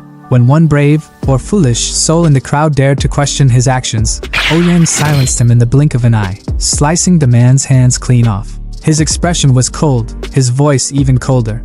"Ignorant and stupid," he sneered. "I'll spare your life, this time." As Ouyang's sharp eyes swept over the crowd, they locked onto Melon Guy and Brunette. His twisted grin widened, and his voice dripped with malice. "Demonic villains," he sneered, his tone almost playful, like a predator toying with its prey. Melon Guy and Brunette didn't wait around for a second invitation. They bolted, weaving through the panicked crowd as fast as their legs could carry them. Ouyang wasted no time, launching a blue beam of energy in their direction. The blast tore through the street, nearly hitting innocent bystanders. The crowd erupted in whispers, their fear palpable. "Ouyang Hao is too overbearing," one muttered. Another hissed for them to keep their voices down. Ouyang was no ordinary disciple. He was a genius of the Shingang sect, already at the 9th stage of Qi refinement. His reputation for cruelty was legendary, and he was a rising star destined for greatness. Chu Xian, still concealed among the crowd, listened to the whispers with a smirk. A genius disciple? More like a fat sheep ready for slaughter. His eyes flicked to the severed head on the ground, and an idea began to form. The chase intensified as Ouyang closed in on Melon Guy and Brunette. The red and purple lights of their aura streaked through the air as Ouyang's blue energy bore down on them.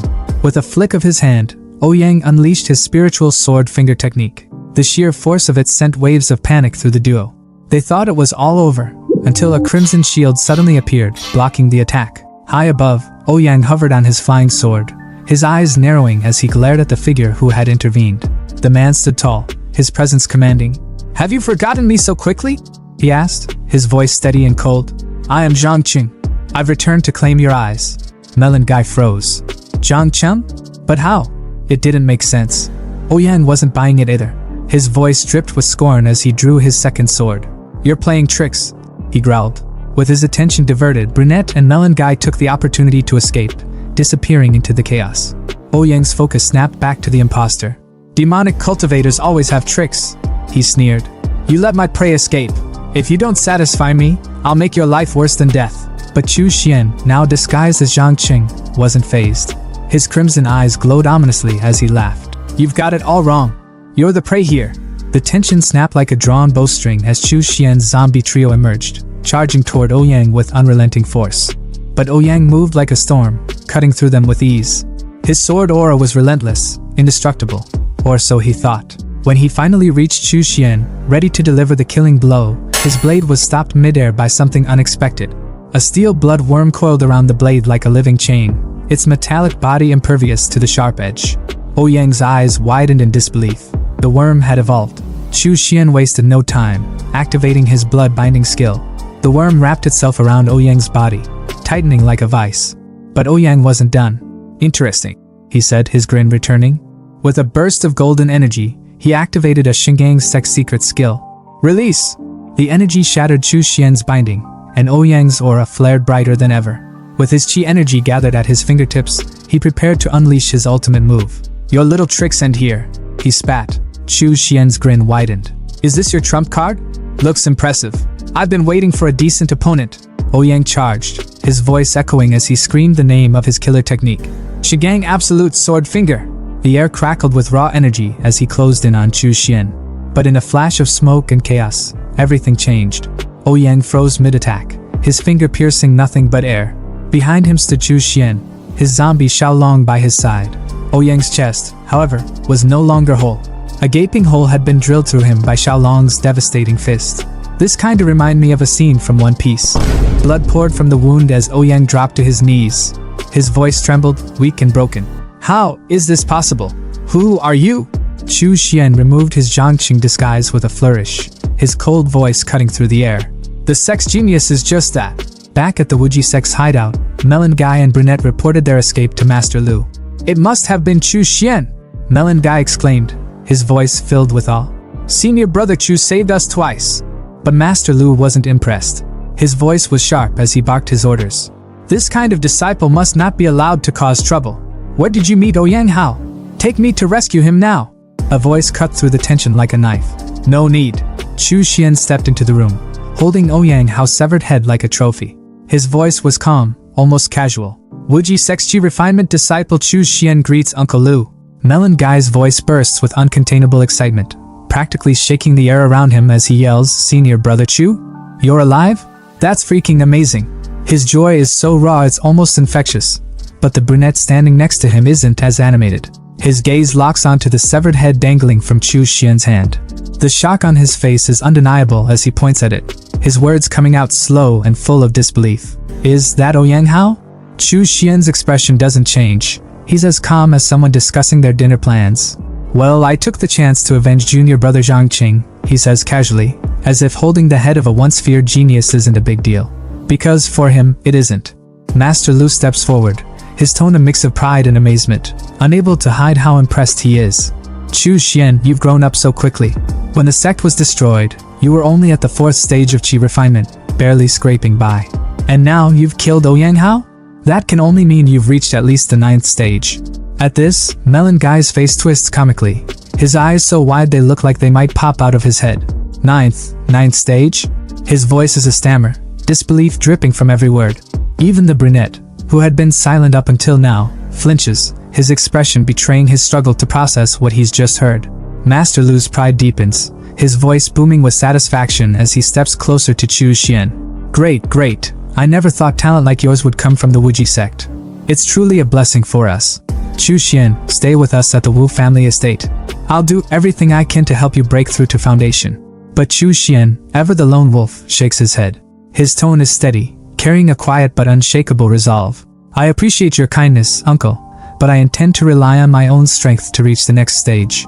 Master Lu's brow furrows, concern flashing across his face as he presses further. "Why are you so determined to go at this alone, Chu Xian? What are you hiding?" Chu Xian's thoughts turn inside him, but outwardly, he places a hand on his chest, his voice taking on a dramatic edge. "Uncle, this situation isn't optimistic. If all the resources were poured into me, my brothers' lives would only become harder. I can't live with myself knowing I've made their paths more difficult just for my selfish gains." His words hit hard, cutting through the tension like a blade. Both Melon Guy and the brunette are visibly moved, their expressions softening. Melon Guy's voice trembles with admiration as he blurts out, "Senior Brother Chu, you're so selfless." Master Lu places a hand on Chu Xian's shoulder, his tone heavy with emotion. "It's rare to see someone with a heart like yours, Chu Xian. If the sect still existed, I would have never let talent like yours wander off on its own. If you ever need anything, don't hesitate to come to me." Chu Xian hesitates for a moment, his tone careful but direct as he asks, "Uncle, I was wondering about the blood refining scripture. How much does it cost?" Without hesitation, Lu raises 5 fingers, his voice calm. 500 blood beads, and I'll give you a copy." Chu Xian's mind races for a moment, a flicker of surprise crossing his face. In the past, even 1,000 sect contribution points wouldn't have been enough to exchange for something like this. Uncle Lu really is giving me a good deal. Outwardly though, he sighs, fumbling with his pouch as he blurts out, "Thank you for your kindness, uncle, but I only have 300 blood beads, plus the spirit stones I got from Ouyang Hao." Lu chuckles, brushing off the difference with a wave of his hand. "Don't worry about it. They're resources meant for disciples anyway. If they don't need it, I can just give it to you for free." Chu Xian freezes for a moment, stunned by Lu's generosity. His earlier wariness dissolves, replaced by a newfound respect. This disciple is truly grateful," he mutters, his voice soft but sincere. Lu hands him the blue book, the coveted blood refining scripture, his tone fatherly and full of warmth. "Take care of yourself out there, Chu Xian. Don't push yourself too hard. If trouble comes your way, come find me at the Wu family estate." Chu Xian bows deeply, his voice carrying the weight of his gratitude as he replies, "Yes, uncle." As he leaves, his brothers and Lu's voices echo behind him, their farewells tinged with both pride and sadness. Chu Xian, however, is lost in thought as he walks away. The Wuji sect may have been a demonic sect, but someone as kind and good-hearted as Lu Jinxiong exists here. This world, the Tsengchuan continent, is there even a place where good people can thrive? His thoughts linger, heavy with contemplation, until the scene shifts to the Wuji sect training grounds. There, Su Ming, the arrogant traitor who once betrayed Chu Xian, is blindsided by shocking news. "Uncle Lu, how did we get so many blood beads?" His voice is sharp, suspicion dripping from every word. Lu's reply is simple but heavy with meaning. "They were brought by Chu Xian." At this, Su Ming's face twists in disbelief, his voice rising. "Chu Xian? He's still alive?" The brunette, who had been silently observing, finally speaks, his tone cutting like a blade. "Not only is he alive, But he's reached the 9th stage of Qi refinement and killed Ouyang Hao. Su Ming freezes like a statue, his thoughts a chaotic mess. Did Chu Xian really kill those guards at typing? But how the hell did his power grow so fast? The brunette smirks, his words sharp and mocking as he addresses Su Ming. If you think so little of senior brother Chu, then you won't want his share of the blood beads, right? Melon guy, never one to miss a chance to tease, jumps in with a grin. If you don't want them, we'll happily take them. Su Ming panics, his desperation spilling over as he stammers. I want them. I want them. His hands reach out greedily, clutching at the air as if afraid the beads will vanish. But deep inside, jealousy burns like fire. Damn it, Chu Xian must have found something extraordinary. How else could he grow so strong so quickly? What the hell is he hiding? Back at the Grand Hotel, Chu Xian's hideout. The atmosphere is anything but calm. A shimmering purple energy leaks from a small golden mirror, rousing one of the wolves guarding his room. The mirror, the very artifact that summoned Chu Xian to this apocalyptic world, hums with power as Chu Xian steps through. His wolves rush to greet him, their tails wagging with unrestrained excitement. He pets them briefly before heading inside, where 2 of his men greet him with relieved smiles. Boss, you're finally back. It's been 2 months, but everything is fine. The garden core were harvested without a hitch. Chu Xian smiles, his voice calm and approving. With Xiao Hu and the others patrolling with the spirit dogs, plus the arrays, it looks like no one dared approach the Grand Hotel. But his focus quickly shifts as he opens a nearby door. His thoughts are sharp and focused. The most important thing now is the spirit flower. Purple energy spills out through the gap, and as he steps inside, his eyes widen at the sight. The room is overrun with spiky purple vines, their flowers blooming in abundance. There are so many of them. These spirit flowers are enough for me to refine 3 foundation blood pills, he exclaims, his excitement barely contained. But his expression darkens as his gaze falls on the unconscious Wolf King, its body wrapped tightly in vines. He crouches down, his voice low and cold. You've lasted this long thanks to your strong body. But now that everything is ready, your time is up. With a swift motion, he disconnects the main vine, ending the Wolf King's life without hesitation. The room fills with the ingredients he's carefully cultivated for his next plan. The path of cultivation, it's all about resources. Talent alone isn't enough, he muses. Sitting before an ancient furnace, Chu Xian begins the refining process. 1 foundation blood pill can increase the success rate of breaking through by about 30%. As the red spheres of energy brew within the furnace, Chu Xian retrieves them one by one, their power radiating in his hands. With 1 orthodox foundation pill from Ouyang Hao's storage, I have 4 chances to break through to foundation, he calculates. Dropping a golden pill into his mouth, golden energy surges around him like a storm, his hair standing on end. But he quickly regains focus, gathering the energy into a concentrated ball that dissolves into his body. The power of just 1 pill isn't enough to liquefy my spirit power completely, he thinks, his resolve hardening. Foundation blood pill, work for me. He swallows another pill, the air around him becoming thick with chi energy. The yin-yang symbol projects behind him as his glowing eyes focus with intensity. Then, in a flash, his consciousness shifts. Chu Xian finds himself in a vast, dark blue space, like the depths of an ocean. Confusion flickers across his face as he mutters, "This is..." Before he can make sense of it, a thunderous voice cuts through the void, filled with rage and hate. "Chu Xian, you cruel, demonic cultivator." A massive wolf silhouette emerges from the shadows, its presence oppressive and suffocating. "I will never let you break through foundation." The wolf lunges toward him, its jaws wide enough to swallow him whole. But Chu Xian remains calm, his thoughts sharp and clear. No, this is a hard demon illusion. The creature let out a deafening roar, its immense aura crushing the air around it, but Chu Xian didn't even flinch. His gaze was sharp, unbothered, as he raised a single finger. From its tip, a glowing red spiritual energy began to swirl, crackling with raw power. Without hesitation, Chu Xian unleashed his energy bullets at the monstrous wolf in front of him, his voice cutting through the chaos like a blade. "Get lost!" he shouted, his tone dripping with venom. But even as he attacked, his mind was racing, sharp and analytical, piecing together the situation like a puzzle. He thought bitterly, although the foundation-building blood pill mimics the effects of a genuine foundation-building pill, it's nothing more than a counterfeit, a desperate crutch for demon cultivators. Its medicine is tainted, filled with the resentment of living souls, and that poison seeps into the heart, creating this heart demon illusion. The wolf's form twisted, its dark aura growing denser, its piercing red eyes slicing through the watery barrier between the two. It lunged forward, relentless, its energy like a tide that couldn't be stopped. Chu Xian grimaced. The hard demon energy was like an infection that couldn't be destroyed. Every attack only seemed to feed its strength, making it grow fiercer. His aura bullets slammed into the beast over and over, but the damn thing just kept regenerating, like some cruel cosmic joke. The wolf let out a guttural snarl, its voice deep and mocking as it taunted him. "Stop wasting your energy, Chu Xian!" It growled, its body swelling, growing until it loomed over him like a mountain, a colossal figure that made him look like an ant. "You're nothing but mediocre. No talent, no family, no background. You couldn't even pass the threshold of a proper sect like the Shili sect. You're a nobody, a pathetic fool who doesn't even deserve to dream of breaking through the foundation building stage. Just give up. Cultivation will only lead you to misery."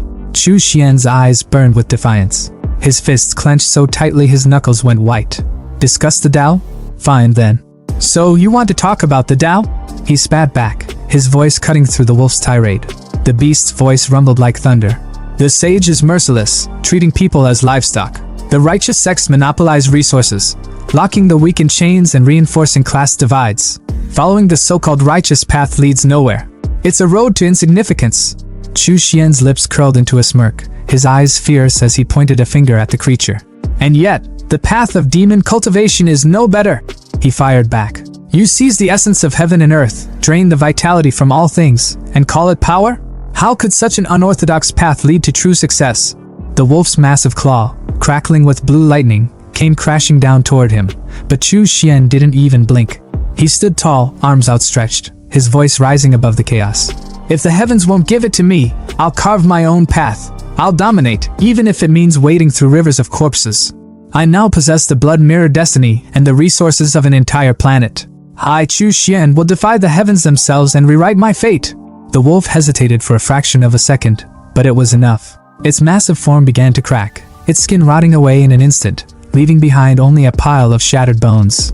As the remains fell into the waters below, something new emerged, a pair of delicate hands, pale and almost glowing. From the bones rose a stunning woman with feline ears, her body barely wrapped in a thin, silk-like cloth that left little to the imagination. She floated upside down toward Chu Xian, her movements slow and deliberate, her gaze seductive. Most men would have been utterly disarmed by her presence. A literal nosebleed moment. But Chu Xian, nah, my boy wasn't about to simp. His expression didn't falter for a second. She leaned in, her hand brushing against his shoulder with a teasing touch.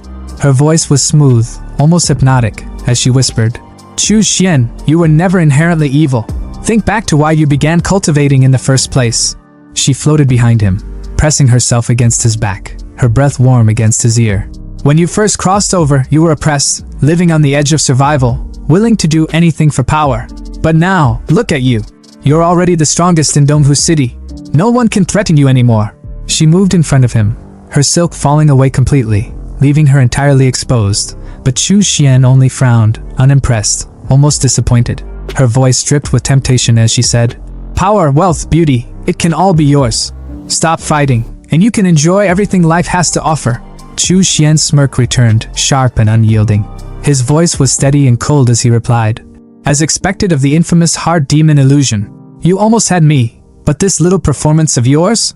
It's just a stall tactic to outlast the effects of the foundation-building blood pill." Her composure cracked, her body tensing as his words cut through her like a blade.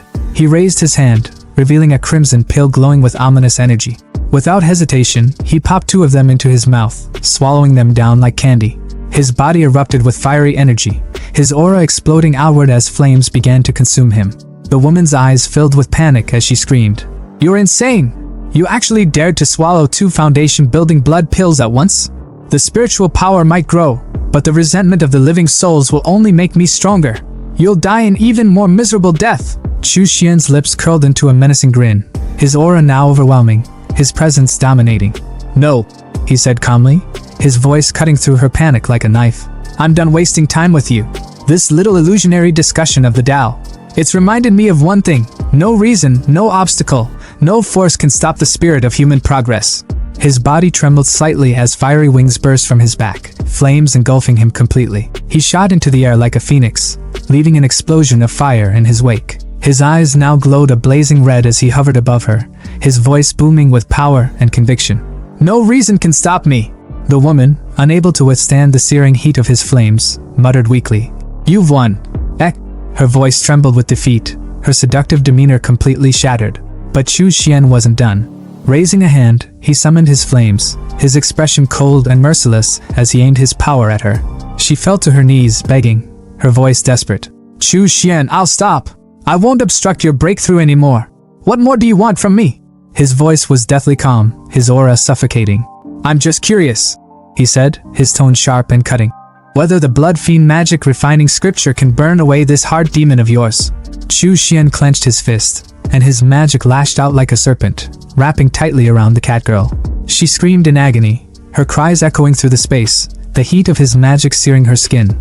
Well, considering she was completely naked, it probably burned even worse. Her voice rose, desperate and filled with pain. What? No! Chu Xian! You are cruel, heartless! Are you not afraid of retribution? But Chu Xian barely spared her a glance, his tone cold and detached as he watched her body burn away into raw energy. Retribution? You're wasting your breath, beast. That's not something I'm worried about. The flames consumed her entirely, leaving nothing behind but pure energy, which Chu Xian absorbed into himself without hesitation. His confidence grew with every passing second, his voice ringing with conviction as he declared, My merits will only grow greater. My path of demon cultivation will stretch endlessly, to eternity. Meanwhile, outside his consciousness, his physical body remained seated in a meditative state, his expression calm but intense. Then, all at once, his eyes snapped open, glowing a fierce, unrelenting red. A thunderous shout erupted from his mouth. Break for me. A tidal wave of energy exploded from his body, radiating outward in every direction. His aura was suffocating, and his glowing red eyes gleamed with an intensity that could pierce the heavens. The power surged beyond the confines of his room, breaking through walls and spreading across the entire building. Outside, pedestrians trying to avoid the wandering zombies stopped in their tracks, shielding their faces from the fiery red light that shot through the roof like a beacon in the night. Even the zombies, mindless and devoid of consciousness, paused in confusion, their heads turning toward the light. Far away, in the headquarters of the Black Security Company, the phenomenon caught the attention of the boss, Wang Gangjian, who stood with his men. The cap's subordinate beside him spoke with urgency. A strange phenomenon has appeared. It could be a sign of the zombie tide. Wang Gangjian's face darkened as he addressed his men. Once the zombies form a tide, it's no different from a natural disaster. Wherever they go, everything is destroyed. Even level 3 extraordinary beings don't stand a chance. You, investigate the surrounding situation immediately. If there's any sign of a zombie tide, report back at once. His men replied swiftly. Understood.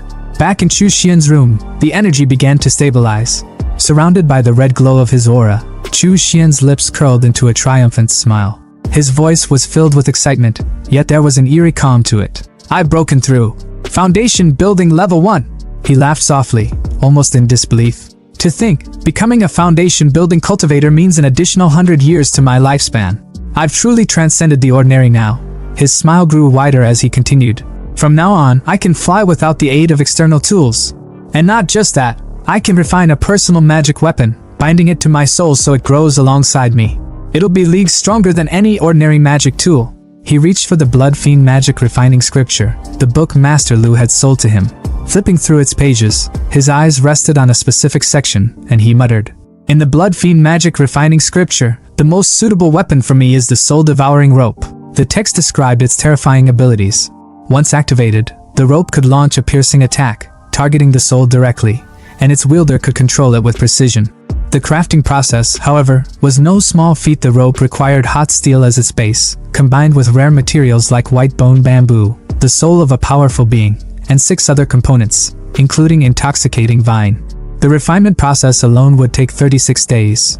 Insha steel is a material crafted by demon cultivators. It's made by placing ordinary steel in areas rich with Insha energy, letting it absorb the Yin Qi. It sounds simple, but Insha zones on the Tsengxian continent are heavily guarded by spies from the righteous sections. If I get too close, it'll put me in mortal danger. He paused, weighing his options. Even here on Blue Star, condensing Insha requires the blood and souls of at least 10,000 zombies. His gaze sharpened as he pieced together a plan. Based on how they behave, zombies usually roam alone. But wait, those undead are drawn to high-level spirit cores. If I hunt some extraordinary beasts, I can use their spirit cores as bait to lure the horde. Then, with the right array, I can accelerate the formation of Insha steel. That will make crafting my personal magic weapon almost effortless. The scene shifted to Xiao Bao, darting through the streets like a blur, a glowing green core clutched tightly in his hand. Behind him, a horde of zombies stumbled and scrambled to keep up, drawn to the core's energy like moths to a flame. Meanwhile, a fat man crouched behind a building, observing the chaos from a safe distance. High above the city, Chu Xian stood on his flying sword, his gaze sweeping over the streets as his zombie trio herded thousands of undead from 3 different directions, funneling them toward a central location. Chu Xian's mind calculated quickly. The number of zombies has almost reached 10,000. I need to find the right ground, bury the demonic steel, and activate the formation to begin the refinement process. As Chu Xian scanned the area, his eyes caught sight of the fat man sprinting away from the scene, his movements frantic. Chu Xian frowned. Who's that guy? He'd better not mess this up. I don't want to lose merit because of some random bystander. The fat man rushed toward the black security company, gasping for air as he reached his comrades. 5 high-level zombies. It's a sign of a zombie tide, he stuttered. I also found a bunch of first-level spirit beast skeletons outside. The zombies must have eaten them. The capped man's face tensed as he processed the information. If the zombies provoke the spirit beasts into gathering, Dongwu City will be wiped out completely. Suddenly, a scream pierced the air. The capped man turned to see one of his comrades being dragged into the shadows, a giant spider sinking its fangs into his neck. The poor man's pleas for help were drowned out by the sound of the spider's venomous enzymes corroding his body. Within seconds, he was nothing but spider food. The fat man, thinking he was the main character of this story, stepped forward, pulling out what appeared to be a magical spear. But instead of a traditional weapon, he used his own unique ability, fat manipulation. His body shimmered as he shaped his excess fat into a spear, hurling it at the spider with surprising speed, like a thunderbolt made of pure grease. The spear impaled the beast, but it was too late to save their comrade, whose body had already been reduced to a liquefied mess. The capped man observed the scene grimly. Spiders are mutated spirit beasts. Even though they don't form spiritual energy cores, their venom and enzymes are lethal. There's no saving someone once they're bitten. The fat man glanced nervously at the room ahead, which was filled with webs. His stomach churned as he muttered, "There are so many webs in there. What if there's more than one spider?" The silence was heavy, but Fatty's intuition was sharper than anyone gave him credit for. He was right, too damn right. From the shadows, an army of spiders began crawling out, their numbers quickly swelling to about 20. But the real nightmare? Behind them loomed a massive spider with 6 glinting, soulless eyes, a grotesque predator that screamed, "Boss fight." The guy in the cap froze for a moment before blurting out, "Shit, this is an actual spider's nest." Fatty, true to his survival instincts, turned on his heels and yelled, "Run for your lives!" But before they could make it far, the giant spider's web shot out, snaring Fatty and his friend mid-run. They dangled upside down like bait, Fatty screaming his lungs out, "Help me! Somebody save me!" The guy in the cap's face twisted in panic as he recognized the monster. A 3rd-level spider mother? Are you kidding me? He pulled out his dagger in desperation, slashing at the sticky, glistening web with everything he had, but it was like trying to cut steel with a butter knife. Damn it! Damn it! I can't cut through this! It's over! We're done for! Despair choked the air as the spider closed in, its fangs glinting with venom. Just when it seemed like the end, a burst of red energy sliced through the web like it was paper, freeing the trapped duo in an instant. The guy in the cap stared in disbelief, his mind racing. There's no way. That web is the strongest material spun by a 3rd-level spider mother. I gave it everything I had and couldn't even scratch it. Who the hell just cut through it with one blow? Before he could process, all eyes turned upward. There, riding on a flying sword, was none other than Chu Xian, his figure exuding power and calm arrogance. He never used the sword for battle, preferring his blood worm as his weapon of choice. But now he was floating like some mythical figure straight out of a legend. The guy in the cap and Fatty could only stammer, A sword immortal? Even the spider army froze, their predatory instincts kicking in, sensing the overwhelming danger. But Chu Xian, unfazed, looked down on them with sharp eyes, his mind already calculating. What luck, he thought to himself. The spiritual energy core of a 3rd-level spirit beast is so much more potent than those of the lower levels. This is going to be fun. He smirked coldly, his voice cutting through the tension as he taunted the spider mother. How hilarious! A puny little insect like you dares to challenge me.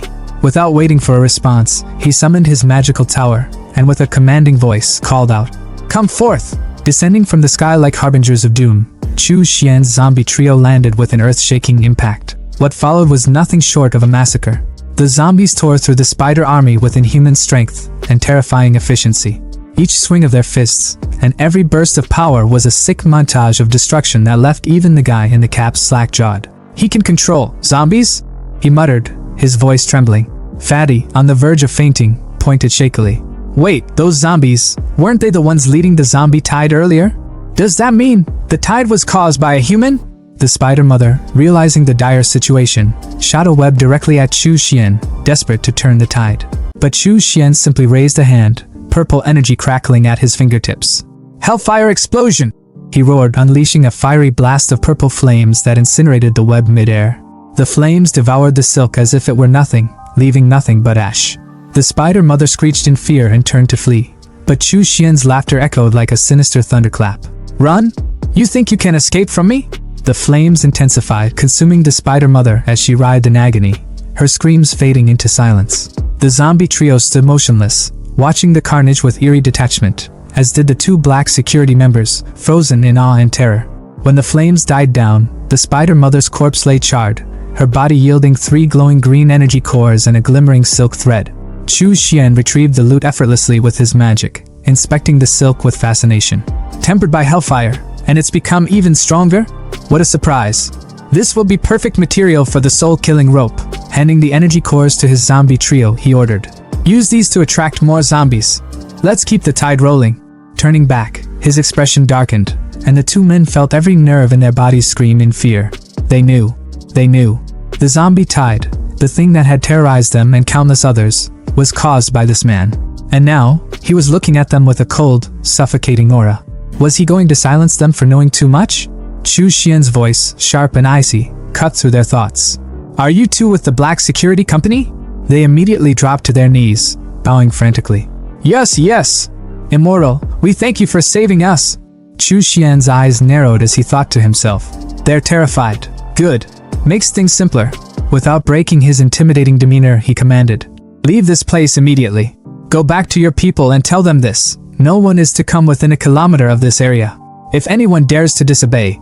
He didn't finish, but the unspoken threat was enough. The guy in the cap scrambled to his feet, screaming, "Understood. We won't disturb you ever again." They bolted like their lives depended on it, which, to be fair, they probably did. Chu Xian watched them disappear before pulling a flag from his inventory. Surveying the eerie, demonic aura that lingered in the spider's nest, he smirked. "This place reeks of dark energy." Wang Gangjang slammed his hand on the table so hard, it probably left a dent.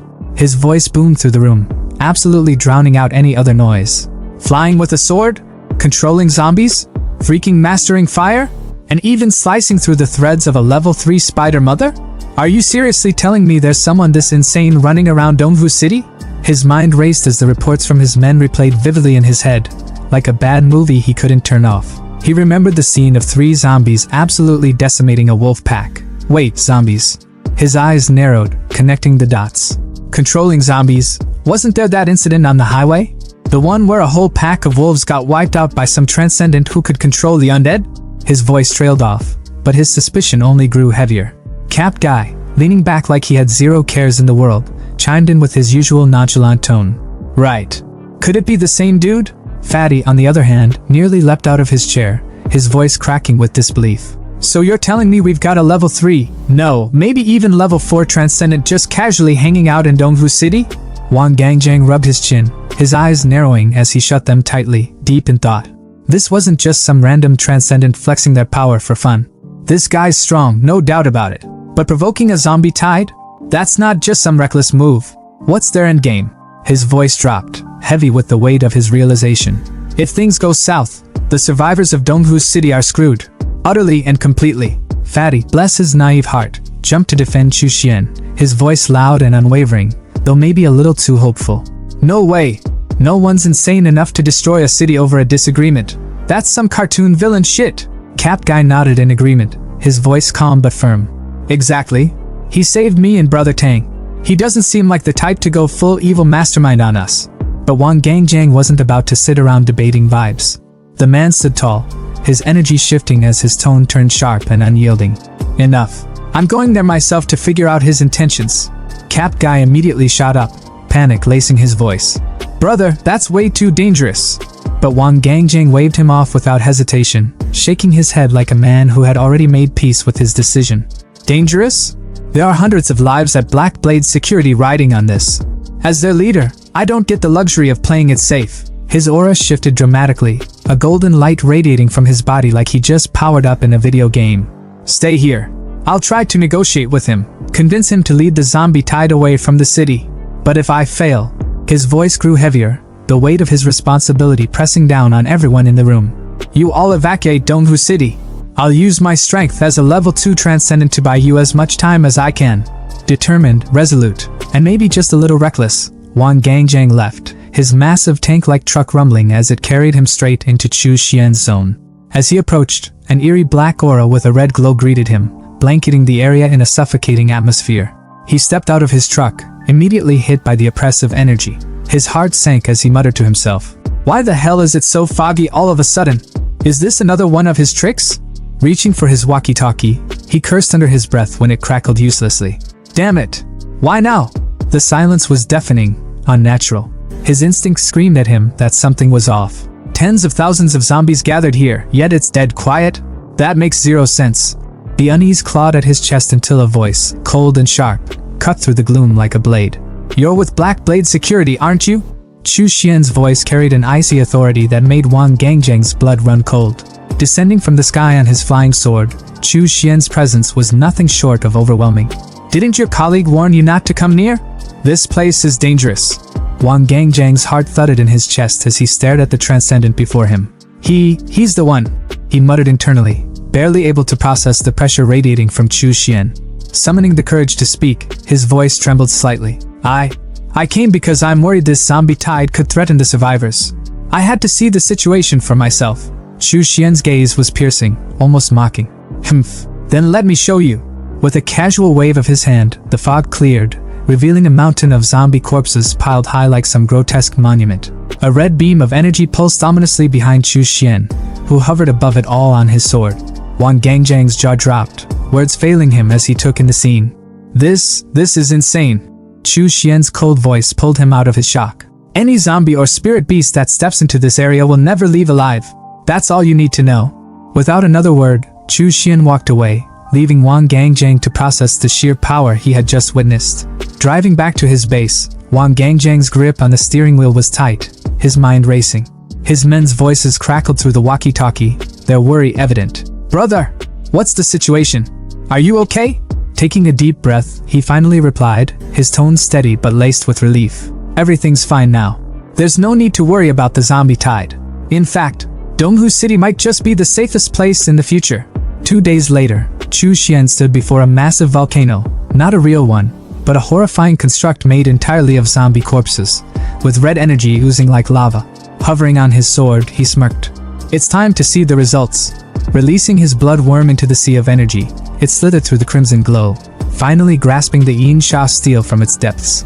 Chu Xian held the steel, feeling the malevolent energy coursing through it. Not bad, he thought. Nearly 100,000 zombies condensed this high-quality aura.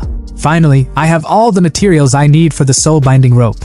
Suddenly, the sky above him shifted. Dark clouds parted as golden lightning struck down, illuminating the volcano. Red energy erupted into the air, colliding with the golden light, forming a dragon of pure gold and a fiery red phoenix.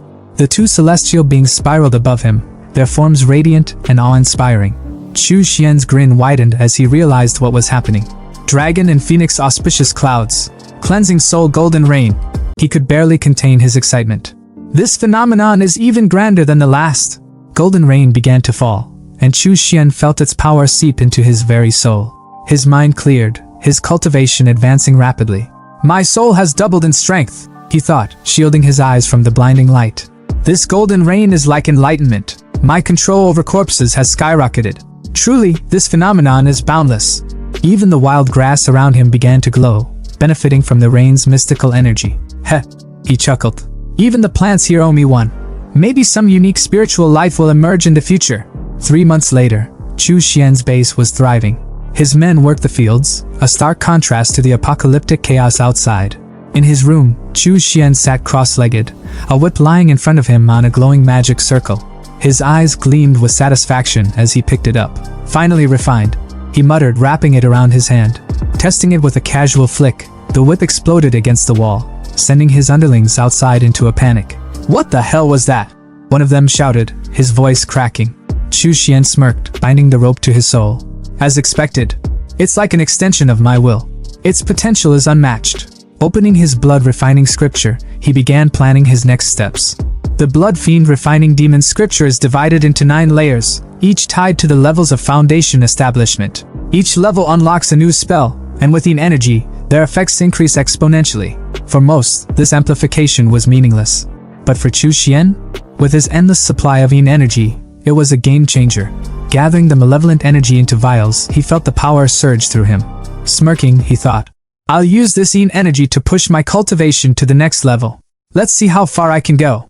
In the heart of Longjiang City, the capital of Linjiang Province, the tension was almost tangible in the grand meeting hall. General Yi, the embodiment of authority and control, stood at the head of the room. His voice boomed as he ordered his commanders to take their seats, the weight of his words instantly silencing the chatter. Without any preamble, he laid out the dire reason for this emergency assembly. A colossal underwater creature had surfaced, wreaking havoc in Longjiang. This wasn't just another sea monster story to laugh off over drinks.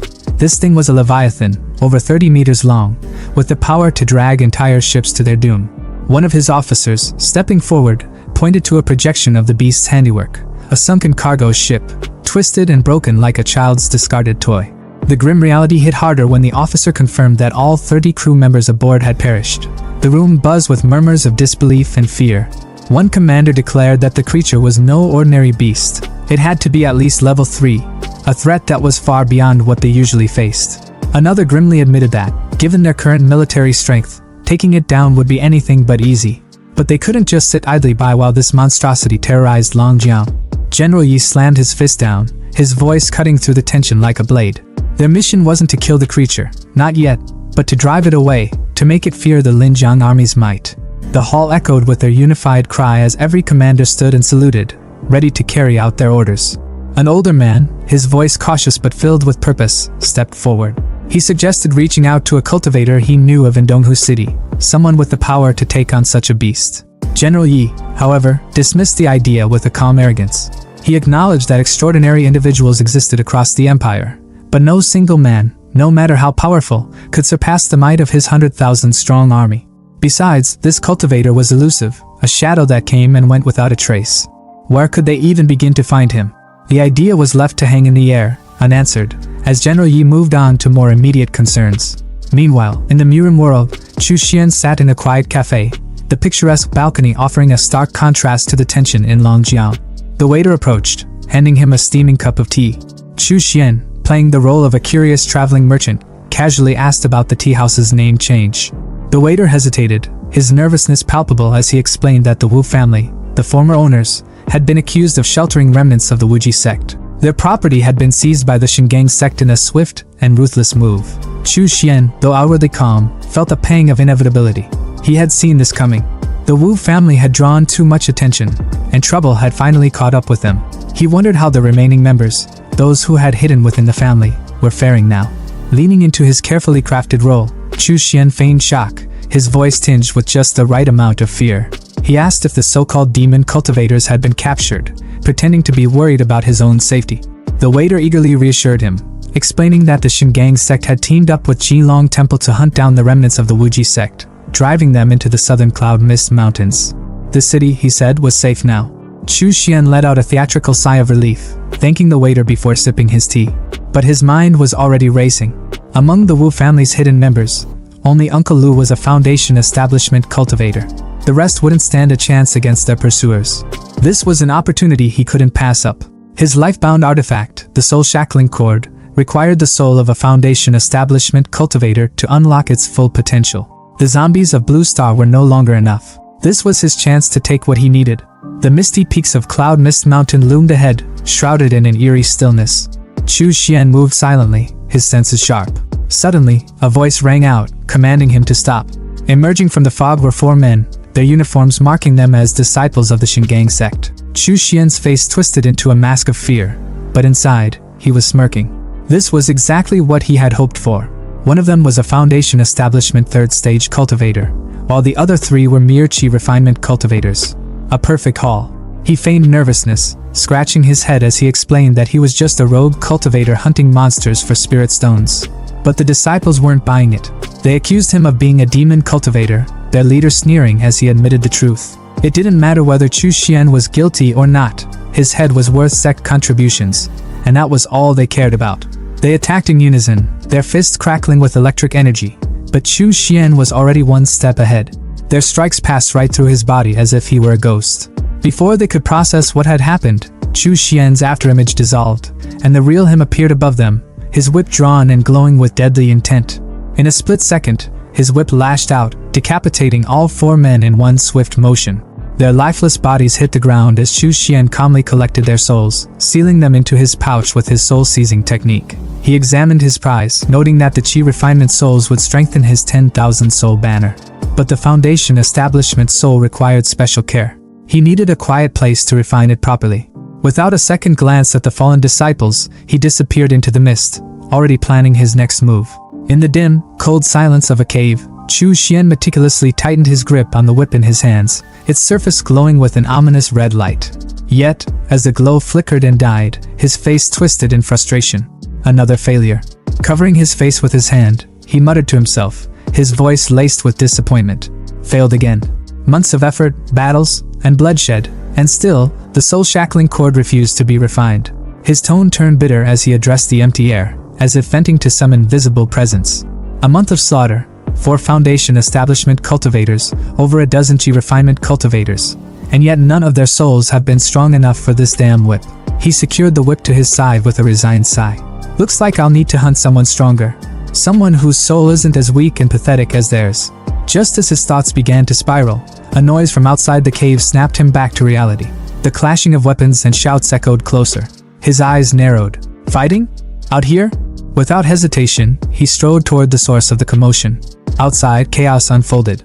An old man in white robes, his face contorted with rage, was chasing after another man drenched in blood, Lu Zhenxiong. The old man's voice boomed, each word dripping with murderous intent. Lu Zhenxiong, you killed my brother Zhao and 2 other Foundation establishment cultivators from the Shingang sect. Stop running and accept your death. Lu, visibly weakened and coughing up blood, spun around, his defiance undimmed despite his injuries. If you're going to kill me, just do it. Don't waste your breath accusing me of things I didn't do. His words were brave, but his body betrayed his limits. The old man sneered. This is the end for you. Severely injured, out of pills, and still standing? Impressive. But let's be honest, you're out of time. Before the old man could land the killing blow, a flash of red streaked through the air like lightning, a whip. The sheer speed and force of it caught the old man off guard, and though he managed to raise a magical shield in time, it shattered like glass. The whip didn't stop there. It sliced across his wrinkled face, leaving a gash that made him stumble. Gritting his teeth, he barely had a moment to recover before a giant fiery red hand materialized above him, slamming him into the ground with such force that blood sprayed from his mouth. The old man struggled beneath the crushing weight of Chu Xian's spell, his body trembling as he tried to resist. Lu looked up, his vision blurry, and muttered in disbelief. Chu Xian? You've advanced to the Foundation establishment stage? But before Lu could process what was happening, the old man gritted his teeth and chanted a spell, summoning a burst of blue energy that sliced through the fiery hand, pinning him down. Blue Cloud Divine Sword. The spell shattered the oppressive force, freeing him. Lu's expression darkened with worry as he watched the 2 cultivators face off. This isn't good. Sunshire's foundation has been stable for years, while Chu Xian just broke through. This could turn ugly fast. Sunshire, the old man, glared at Chu Xian with a mix of anger and fear. I should have killed you back then. Letting you escape was my mistake. I never imagined you'd break through so quickly. But no matter. Today, I'll finish the job and kill you, you arrogant upstart. He raised his hand, summoning a flurry of glowing swords that shot toward Chu Xian with deadly precision. But instead of striking flesh, the blades passed through Chu Xian's form like smoke. Sunshire's eyes widened in shock. No. An escape skill? As realization dawned, it was already too late. Chu Xian reappeared behind him in a blur of motion, his whip slicing cleanly through the air and severing Sunshire's head in one swift strike. Even as his head fell, the old man's lips trembled, trying to form words. How did you? Chu Xian wasted no time. He extracted the old man's soul, examining it with cold detachment, condensed and strong.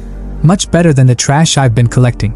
Maybe this one will finally work for the soul-shackling cord, turning his attention to the stunned Lu. Lu's voice was shaky but filled with awe. Chu Xian, I didn't think you'd win. The last time I saw you, you were only at the 9th level of Qi refinement. Chu Xian, his tone cold and dismissive, replied, Ouyang Hao had a foundation pill. I took it and broke through. That's all. Pure coincidence. Lu laughed nervously. Built your foundation with just one pill? That's insane. Your growth is unprecedented. But then his tone grew serious. By the way, when Sun Sure was chasing me earlier, he accused me of killing several of his junior apprentices.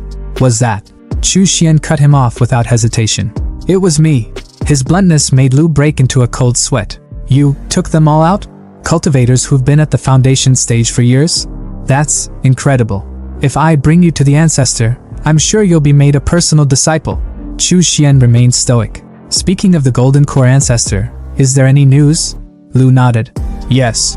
But this isn't the place to talk. Follow me. Back at the Wuji sect's hideout, nestled in a forest cave, the atmosphere was lively. Disciples rushed to greet Lu, their faces lighting up with relief. Uncle Lu is back. I told you he'd be fine. But their excitement turned to shock the moment they spotted Chu Xian. Junior brother Chu Xian? You're here too. Brunette guy chimed in. Senior brother Chu, weren't you stopped by the Shingang sect's blockade?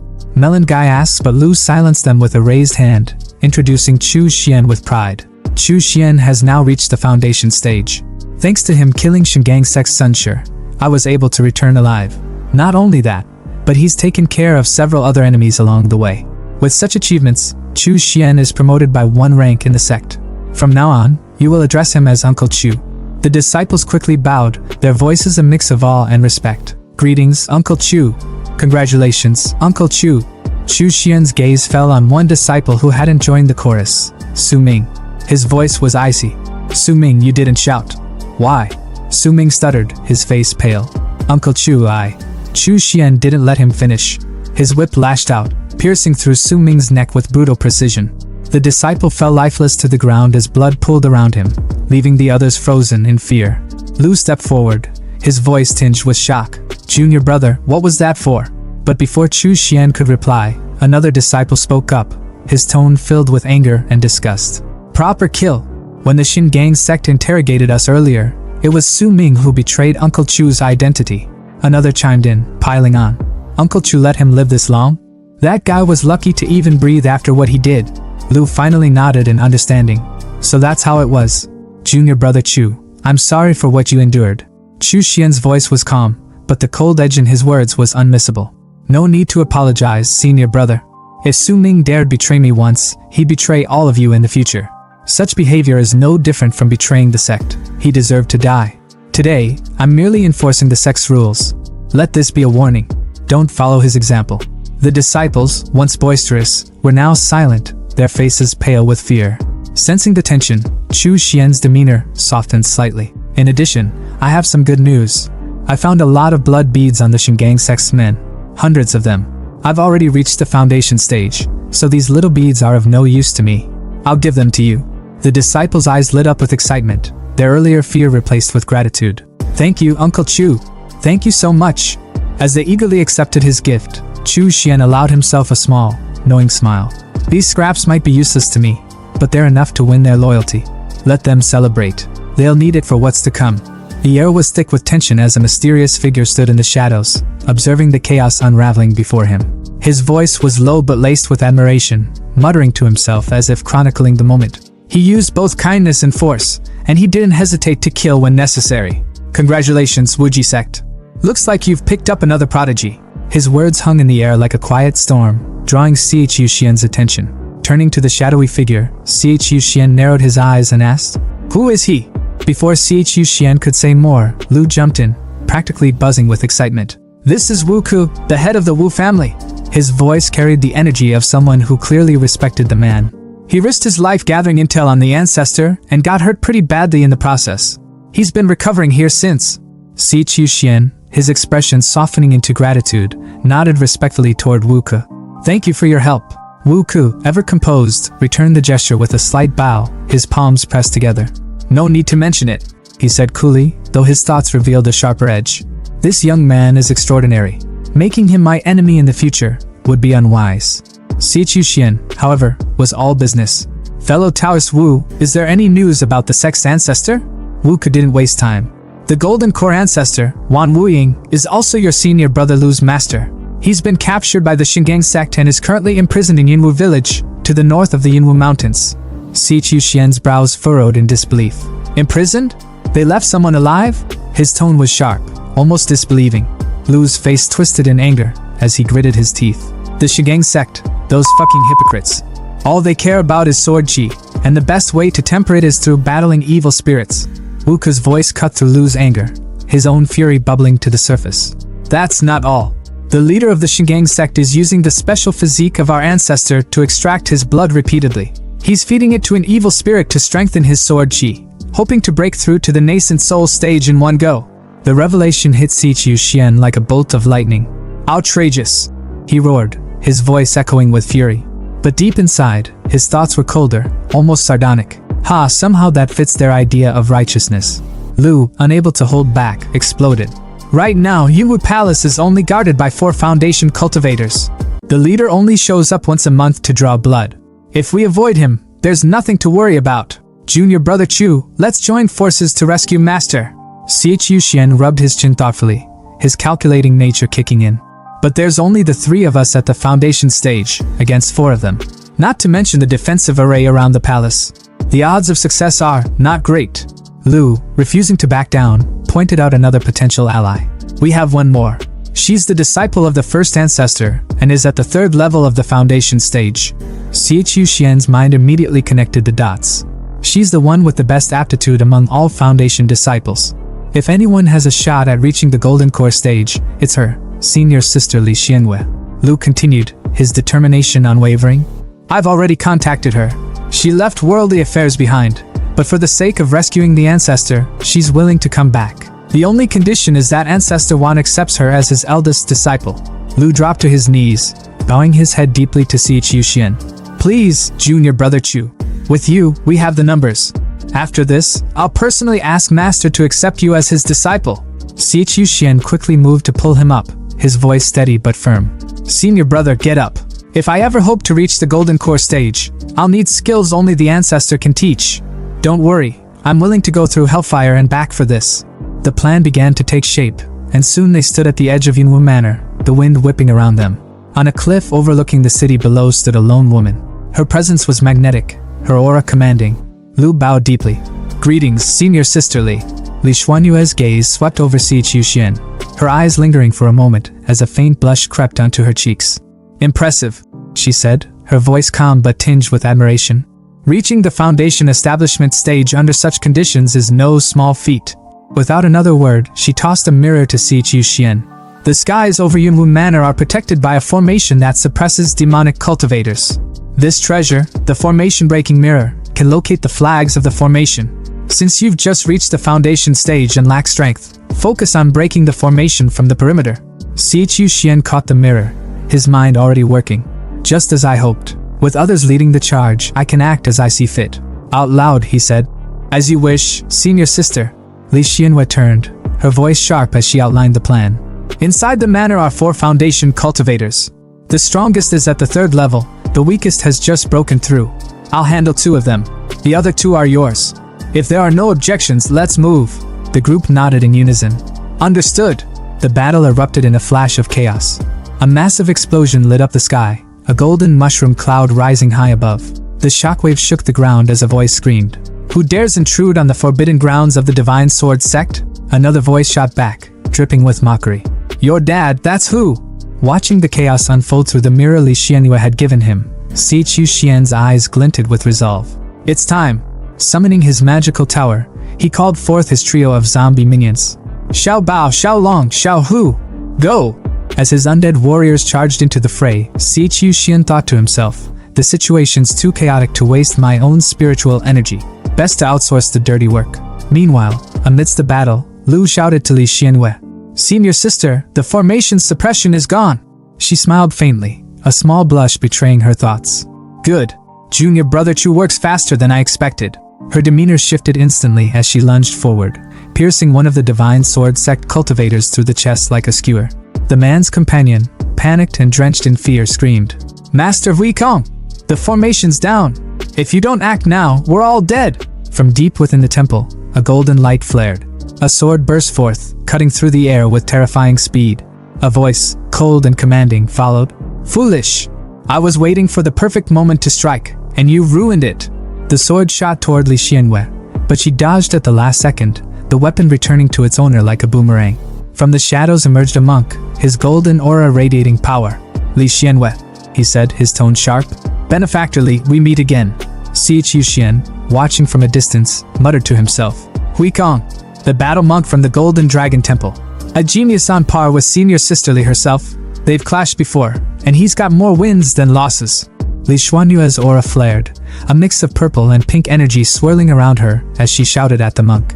Hui Kong, your Golden Dragon Temple claims to be compassionate, yet here you are, colluding with the Divine Sword sect, imprisoning cultivators, and feeding their blood to ghosts. Hui Kong's golden aura burned brighter as he retorted, his voice steady but sharp. Nonsense! This monk is here to slay vengeful spirits. I know nothing of imprisoning cultivators or blood-feeding ghosts. But you, demonic scum of the Wuji sect, have delivered yourselves to death's door. The monk's cold sneer twisted into something far more dangerous as he hurled his pearl bracelet towards Sisterly, Lu, and Wu Ke, his voice booming with a sinister edge. Allow me to send you all to your graves. The bracelet tore through the air like a blade. In a flash, Wu Ke's hand was severed clean off, blood spraying as he cried out in pain. The bracelet hurtled toward Lu next, but his magical cloak flared to life, deflecting the attack just in time. Sisterly, however, moved with an almost ethereal grace, vanishing momentarily before reappearing a few paces away. Her skill, Shadow Step, saving her from what had been a near-death strike. Barely catching her breath, Sisterly's thoughts were racing. This damned Hui Kong. He intentionally let us burn through our spiritual energy. Now he's making his move to clean up what's left of us. Her eyes darted to the horizon. Reinforcements from the Divine Sword sect and the Golden Dragon Temple would arrive soon if they didn't wrap this up. Her grip tightened on her weapon, and she summoned her life-bound artifact, a black flag that seemed to crawl with an ominous wind. Leaping into the air, she screamed, "Out of my way!" With a burst of power, she unleashed the black wind banner, its smoky tendrils swirling like a violent storm around her. But Hui Kong didn't flinch. His muscles bulged as his aura erupted in golden fury, his body glowing like a super scion ascending to a higher form. Running? Did you ask this monk for permission? His voice thundered as he launched himself at Sisterly, his sheer speed blurring his figure. Before she could counter, his strike landed with devastating precision. Her flag splintered in her hand, its shards scattering like broken glass. Her body hit the ground hard, rolling as smoke and debris exploded around her. Her robes were torn, her weapon destroyed, and her energy drained, but her spirit remained unbroken. Hui Kong stalked toward her with a smug grin, his voice dripping with mockery. Benefactorly, prepare to die. Struggling to lift herself, Sisterly glared up at him, her voice ragged but defiant. Suppressing evil mark, you've actually mastered this technique? No wonder you dare face 3 of us alone. So, this was your trump card. Her words were bitter, her mind racing as she realized the monk's terrifying advantage. Hui Kong raised his sword high, its edge gleaming with murderous intent. His red, devilish eyes glowed as he prepared to end her. But just as he brought the blade down, his body froze, his instincts screaming danger. Something was coming, fast. Summoning his golden bow artifact with a flick of his hand, he prepared to block the oncoming attack. But it was futile. A devastating strike pierced straight through the bowl, shattering it like brittle wood. The whip that had torn through his defense crackled with dark energy, and its owner stepped forward from the shadows. Chu Xian? Sisterly's voice carried a mix of disbelief and awe. Her eyes widened, and for the first time, a faint blush colored her cheeks. He didn't run. He didn't abandon us. He waited for the perfect moment and destroyed Hui Kong's suppressing evil mark in one flawless strike. Hui Kong staggered back, clutching his chest where the whip had left a searing wound. His fury boiled over as he growled, "Brat, who the hell are you?" Chu Xian didn't answer, his silence more menacing than any words. Instead, he surged forward, his hand igniting with a fiery claw of dark energy. The monk's confidence cracked as he retreated, barking, "Dark fiend claw? Laughable! Do you think such a low-level technique can even scratch me?" A Divine Sword sect lackey, watching from a distance, chimed in with a sneer. "So slow. I doubt that thing can even graze the hair on Master Hui Kong's head." Chu Xian ignored the taunts, muttering to himself, "Dark fiend energy," as the claw shimmered with an ominous crimson flame. Without hesitation, the claw clamped down on Hui Kong, its sinister energy wrapping around him like a vice. The monk's body convulsed violently, and before he could even react, blood erupted from his mouth as the claw tightened, crushing him. A stunned Sisterly watched the scene unfold, her voice brimming with admiration. What a clever move! Junior brother Chu first used spiritual energy to form the Dark Fiend Claw, tricking Hui Kong. Then, at the perfect moment, he infused it with Dark Fiend energy, turning it into a lethal weapon. Lu, pulling off his magical cloak, looked equally amazed. Where did Chu Xian even get such potent Dark Fiend energy? Hui Kong, still pinned in the claw's grip, roared in rage and desperation. Cunning demonic bastard! I'll rip your guts out! Summoning his final treasure, the Vajra beads, he called forth a glowing shield of golden light that surrounded him. But Chu Xian wasn't fazed. With a flick of his wrist, his whip cracked through the air like a thunderbolt, obliterating the beads in an instant. The shattered fragments rained to the ground as Hui Kong's face twisted in horror. Chu Xian's expression darkened, his voice low and deadly. Die! The whip lashed out again, its tips slicing through the air with terrifying precision. Hui Kong's bravado crumbled as he stammered. If you kill me, my master will hunt you to the ends of the earth. His words were cut short, quite literally, as the whip cleaved his head clean in two. Blood sprayed in a gruesome arc as his body collapsed lifelessly to the ground. Chu Xian stood over the fallen monk, his whip coiling back like a serpent. His voice was cold, unyielding, and filled with disdain as he spat. Do you really think I'm the type to be intimidated by empty threats? After Chu Xian absolutely wrecked Hui Kong, their so-called master, the Divine Sword sect members didn't even bother sticking around. They bolted like scared cats, tails tucked, not daring to look back. Sisterly, still catching her breath and looking like she'd just seen her life flash before her eyes, turned to Chu Xian. Junior brother Chu, I owe you big time for saving me, she said, her voice shaky but full of gratitude. Before Chu Xian could even respond, Wuka stepped up, his tone a mix of surprise and curiosity. Yo, Taoist Chu, is this how strong you are after just stepping into Foundation establishment? You've been playing us this whole time, huh? Chu Xian, as unbothered as ever, just gave a small smirk. When you're out in the world, he replied casually, it's only smart to keep some of your cards hidden. No offense, Taoist Wu. He then pointed toward the temple entrance, his expression sharpening. Alright, with that clown out of the way, let's move. The ancestor won't save himself. They wasted no time and headed straight inside the temple. The deeper they went, the heavier the air felt. At the bottom of a long staircase, they found themselves in an underground prison, and what they saw made their blood run cold. An old man hung against the wall, his body thin to the point of being skeletal, needles stabbed into his skin, and thick iron chains binding his wrists. His voice was weak, almost like a whisper, as he muttered, Again? How much more blood do they need this time? But this time, it wasn't his torturers, it was his disciples. His tired eyes widened in disbelief as Lu's voice cracked with emotion. Master! It's me, Jin Xiong! The old man blinked, his voice trembling as realization hit him. Jin Xiong. It was none other than Wan Wuying, the legendary Golden Core ancestor of the Wuji sect. Lu didn't waste a second. He unsheathed his sword and swung it down, breaking one of the chains. Master, don't worry! We'll get these restrictions off and get you out of here! Lu's voice was determined, but there was also urgency. Sisterly and Chu Xian stepped forward. Disciple greets Ancestor Wan Wuying, they said in unison. For the first time in who knows how long, Wan Wuying cracked a smile. His laughter filled the room, not with mockery, but with pure relief and joy. The heavens really do have mercy. Who would have thought I, Wan Wuying, would live to see freedom again? Haha. Good, good, good. You all make this old man proud. The pride of the Wuji sect. Wan Wuying's body began to glow. Purple energy burst out of him, shattering the restraints as he yanked the needles out like they were nothing. Even Lu, who had seen his master's immense power before, was left speechless. Without hesitation, Lu handed Wan Wuying a bag filled with blood beads. Master, your recovery comes first, he said, urgency still in his tone. Wan Wuying didn't need to be told twice. He tore into the blood beads like a starving man at an all-you-can-eat buffet. The transformation was immediate. His bony frame filled out, his muscles swelling with every bead he devoured. His aura became so intense it felt like the room was suffocating under it. Even Chu Xian, who rarely showed emotion, raised an eyebrow in surprise. Wan Wuying's laughter returned, loud and booming. The heavens truly show mercy. I can't believe I'm alive to witness this day. Good, good, good. You are all the pride of the Wuji sect. But as his laughter faded, his expression turned serious. Now that I'm free, Emo Huanchan will undoubtedly catch wind of this. We need to leave. Now.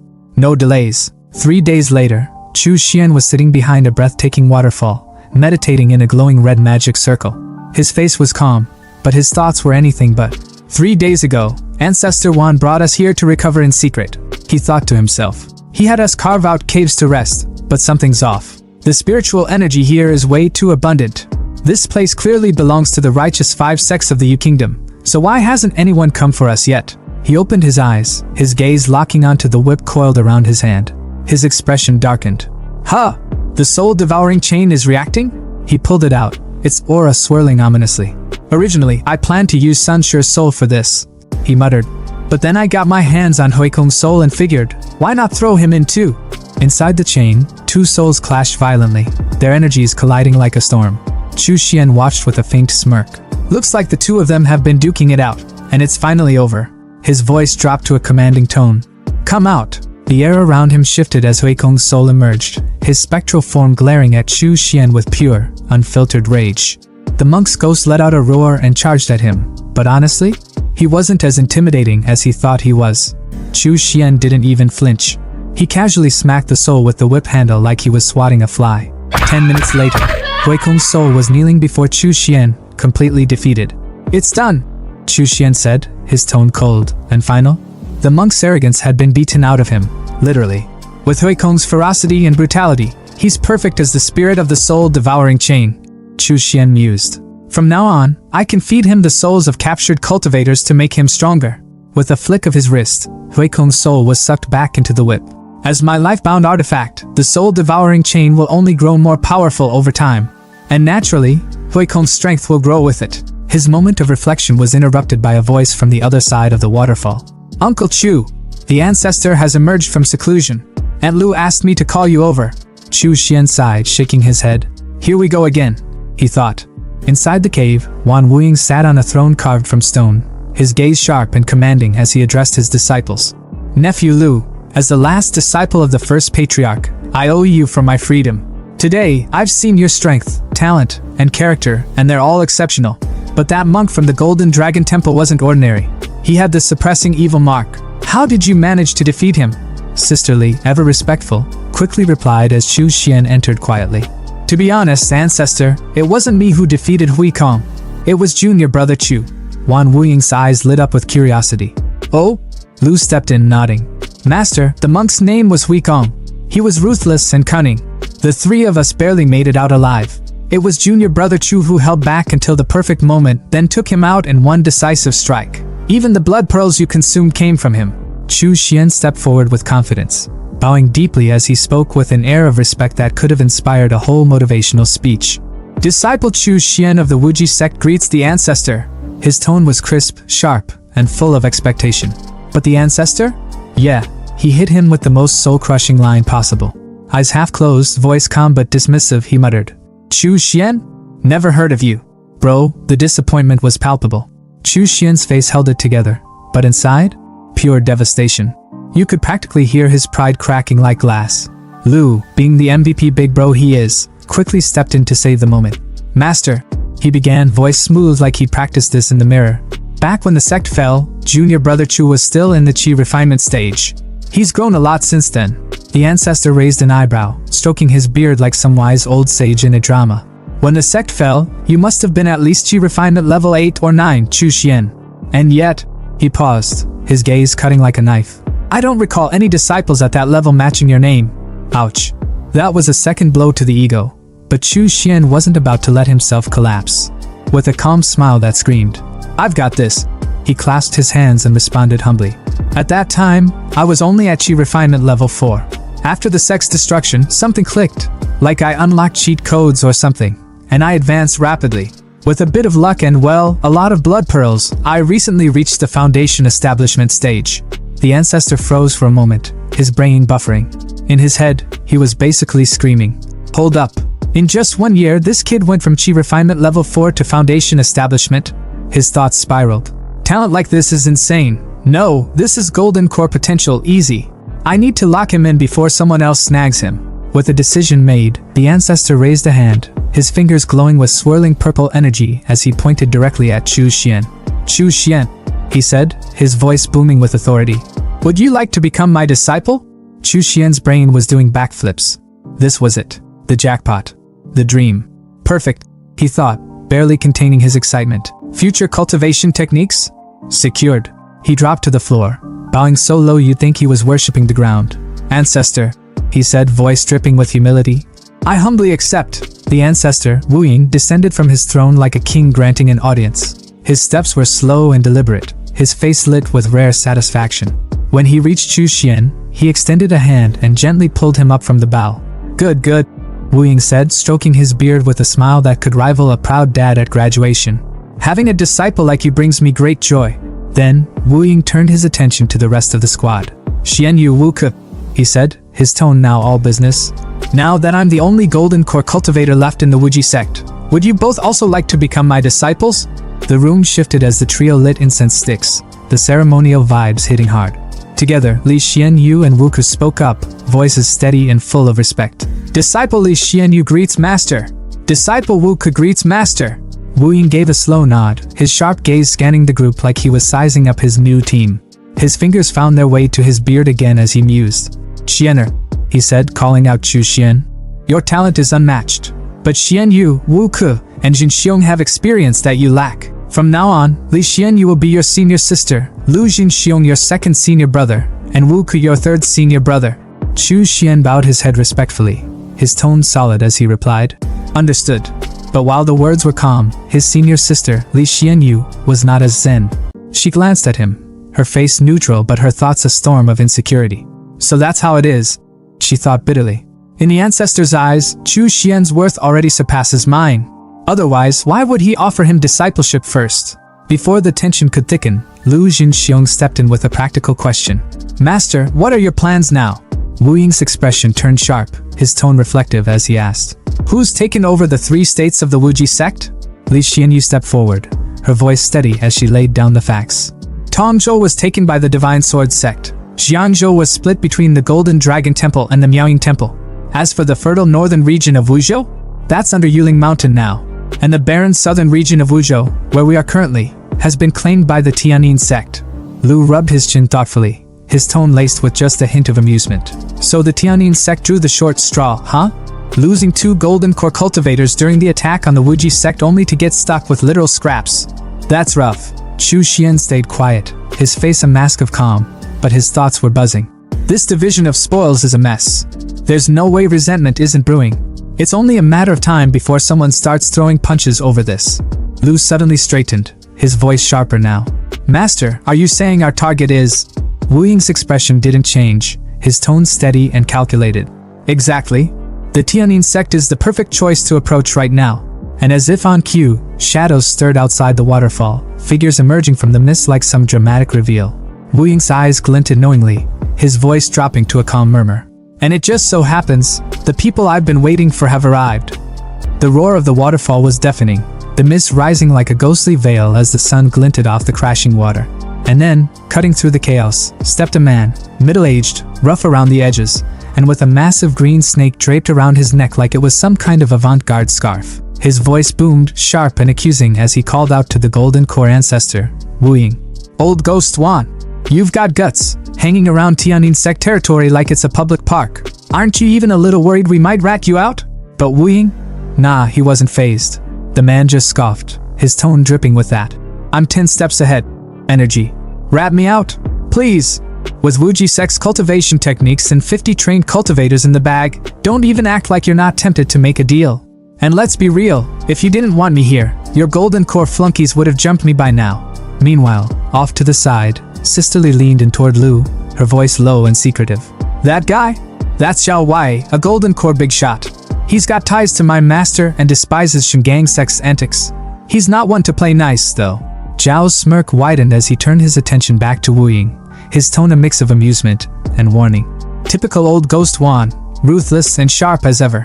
Sure, we're short on people, and yeah, we're not about to let this opportunity slip. But publicly accepting demonic cultivators? That's just asking for the entire cultivation world to come for our necks. And let's not forget, this patch of land in the southern Mist province? It's a freaking nightmare, hot, humid, crawling with venomous beasts, and eerie as hell. It's basically the middle of nowhere." Zhao paused dramatically, his gaze now fixed on the Wuji sect disciples. After a lot of back and forth, the sects made a decision. Your Yin Cavern branch will merge with the Tianyin sect. We'll hook you up with cultivation resources, but forget about returning to the main sect. Instead, you'll set up shop within a 3,000-mile radius and turn this wasteland into something usable for us. Congrats on your new digs. Wu Ying let out a laugh that could have shaken the waterfall itself. Finally, the Yin Cavern branch has its own turf. Disciples, pay your respects to your Uncle Zhao. The 4 disciples immediately chimed in, voices in sync. Greetings, Uncle Zhao. Zhao, clearly enjoying the moment, turned to Li Xianyu, one of the disciples, with a nod of approval. Good. You risked your lives to save old Ghost Wan. That kind of loyalty is exactly what our sect values. And you, Li Xianyu, you're the strongest of the group. I heard you even took down Huikong from the Golden Dragon Temple. Forget the losses in the past. What matters is who's left standing at the end. Wu Ying, never one to miss a chance to throw shade, grinned smugly. Haha, old Zhao, looks like your legendary foresight failed you this time.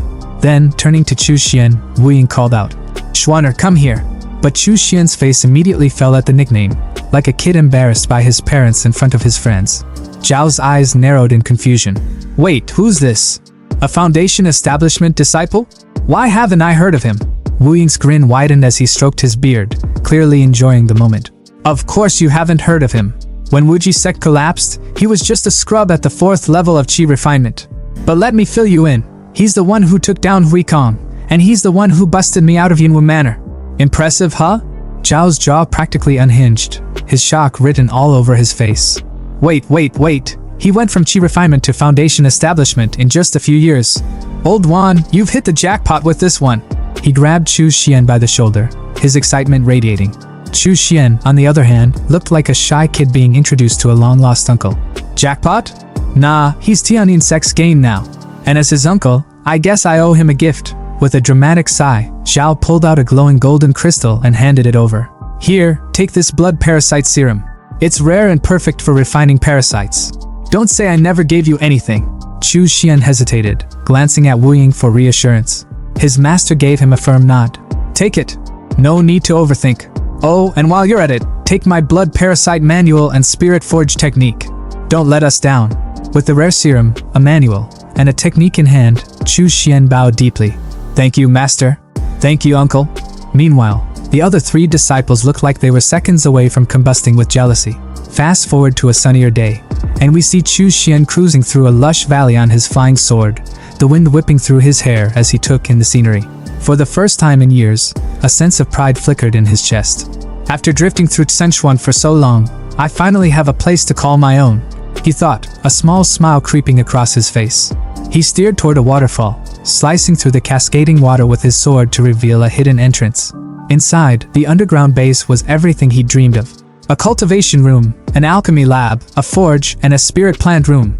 It's all here, he murmured, his voice echoing in the cavern.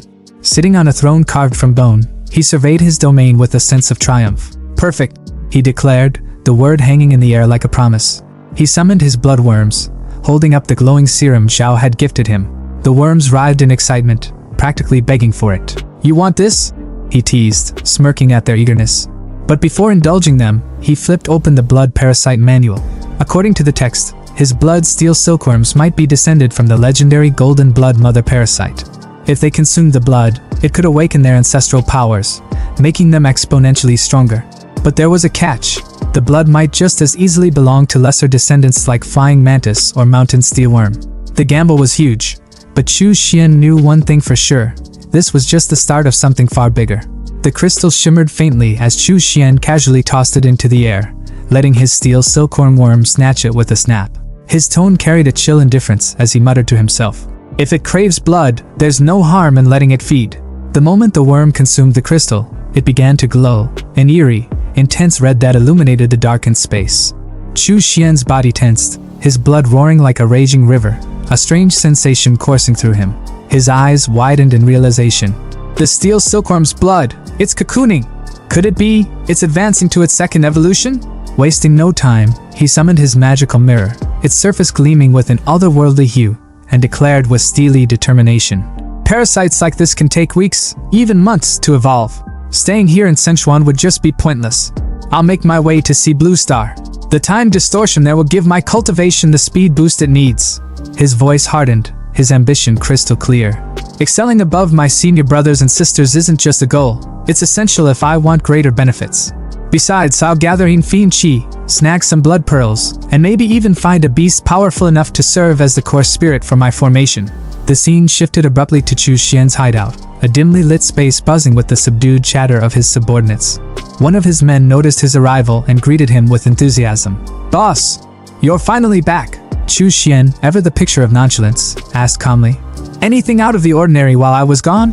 Another subordinate stepped forward, his tone serious. "Not much, but there was one thing. A two-headed python, over 50 meters long, showed up in Longjiang City. It's been dominating the area. 2 months ago, it escaped from the Linjiang army's pursuit and fled to Donghu City." The man hesitated, then continued. "It rampaged through Donghu, entered the Yin Fiend Soul Trap formation briefly, and somehow escaped. The Linjiang armies deployed over 100 soldiers to Donghu's waters, hunting it down." Chu Xian's eyes sharpened at the mention of the python. Without wasting a second, he grabbed his flying sword and soared into the sky. As the wind rushed past him, his mind raced. Ordinary beasts that enter my Yin Fiend Soul Trap get absorbed as nourishment. But this python, it survived? A smirk crept across his face, one that promised nothing good for the python. If its soul has unique properties, it might just be perfect as a core spirit for my formation. Meanwhile, in Donghu City, the Linjiang army had set up a base near the river. At the center of the chaos stood Lin Xiao, the commanding officer, her military uniform pristine despite the tension in the air. Her tone was sharp as she addressed her team. "This is the last choke point before the lower Longjiang. It's inevitable the python will pass through here. We must intercept it, or it'll escape for good." Beside her were 2 other commanders, the bald and burly Xiongxing and Li Taimu, whose imposing figure could rival a villain from a dystopian drama. Lin Xiao turned to Wang Gangjian, the black security company boss, and asked, "Donghu is your territory. Got any suggestions?" Gangjian hesitated before offering his advice. "Commanders, I recommend visiting the Cultivator staying at Heodal Hotel. With his help, capturing, or even killing, the python would be a breeze." Lin Xiao's gaze hardened, her tone icy. "Let's not bring this up again. General Yi already said he's just a flashy individual with some tricks. Or are you questioning General Ye's judgment?" Gangjian could only sigh in defeat. Suddenly, someone shouted, pointing toward the water. "Something's moving underwater." 2 trucks, equipped with chains and nets, revved their engines. Xiongxing barked out an order. "Deploy the net!"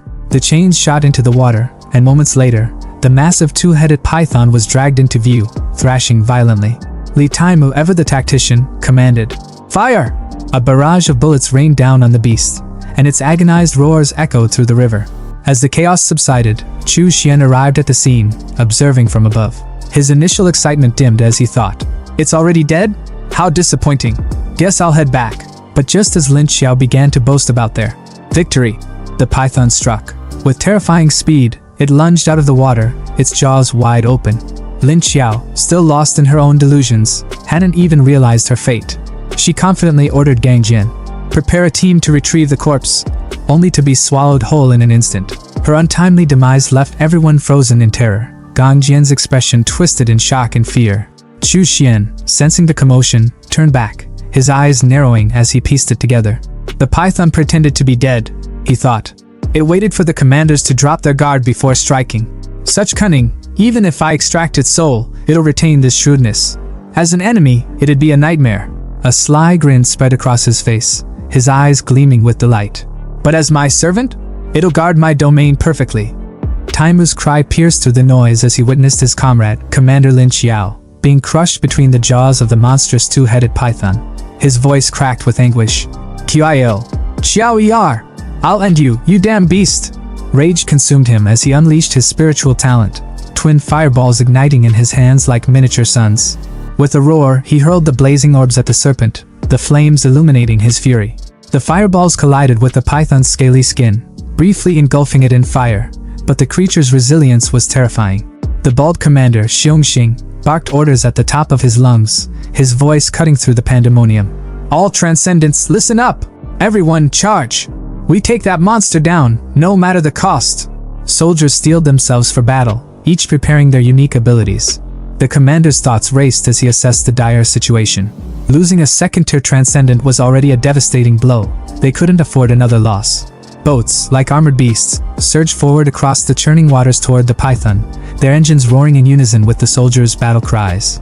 Xiongxing's body swelled as his spiritual talent activated, shredding his shirt to reveal a physique that looked forged from iron itself. With an iron pipe in hand, he leapt fearlessly onto the python, stabbing the weapon into its thick hide.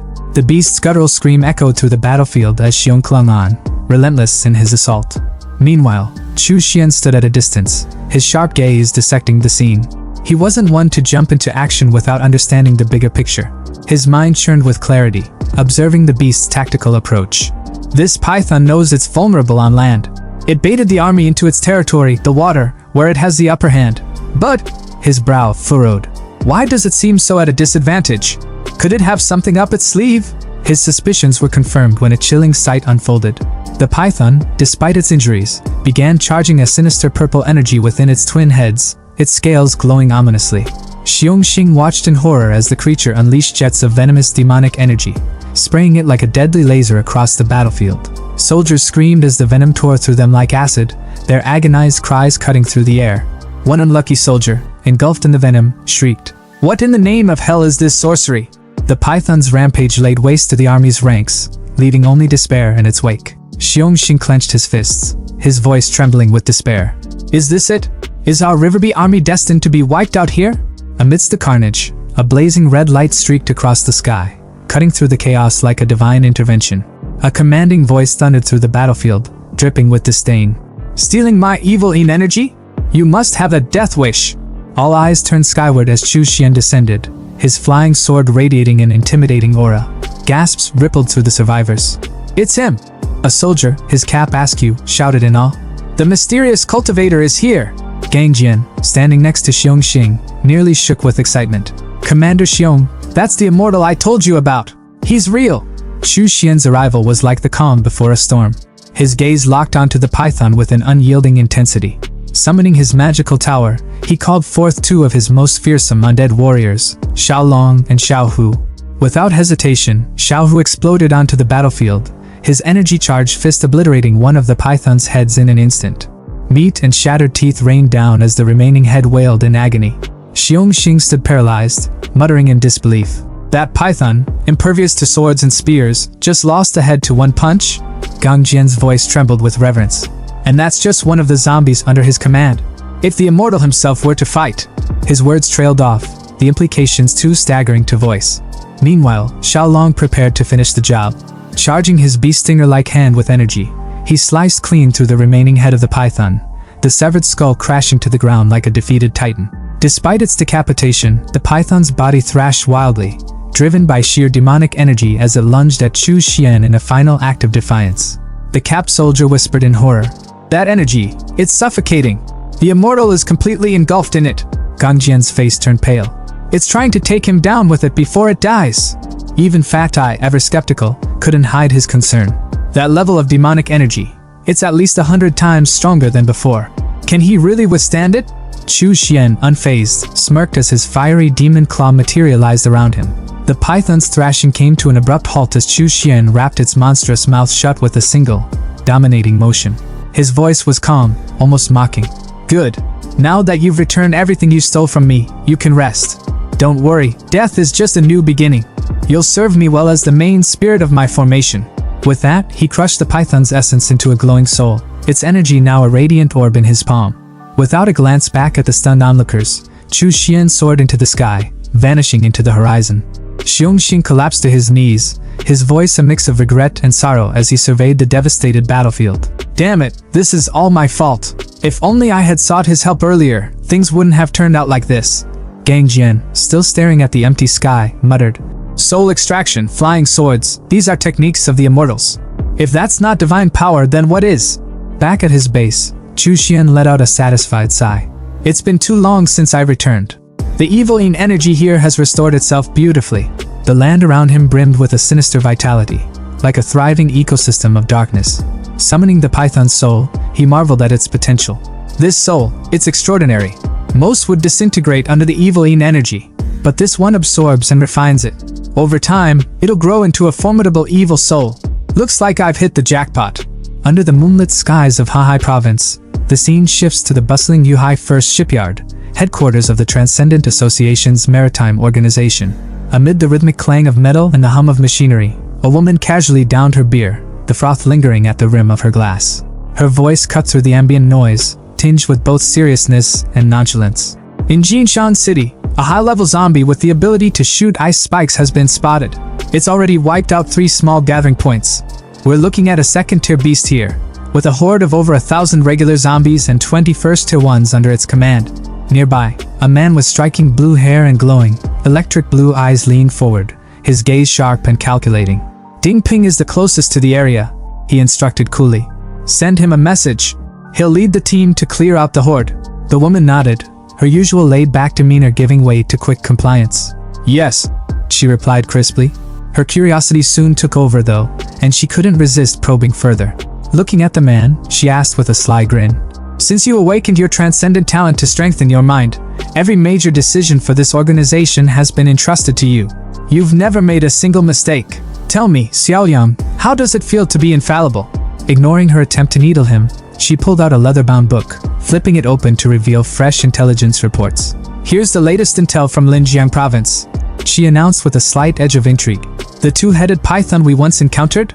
Dead. It was taken down in Donghu City. Xiaoyang, unfazed at first, turned his attention to the horizon, his glowing eyes reflecting the shimmering sea under the night sky. His voice remained steady, but there was a trace of skepticism.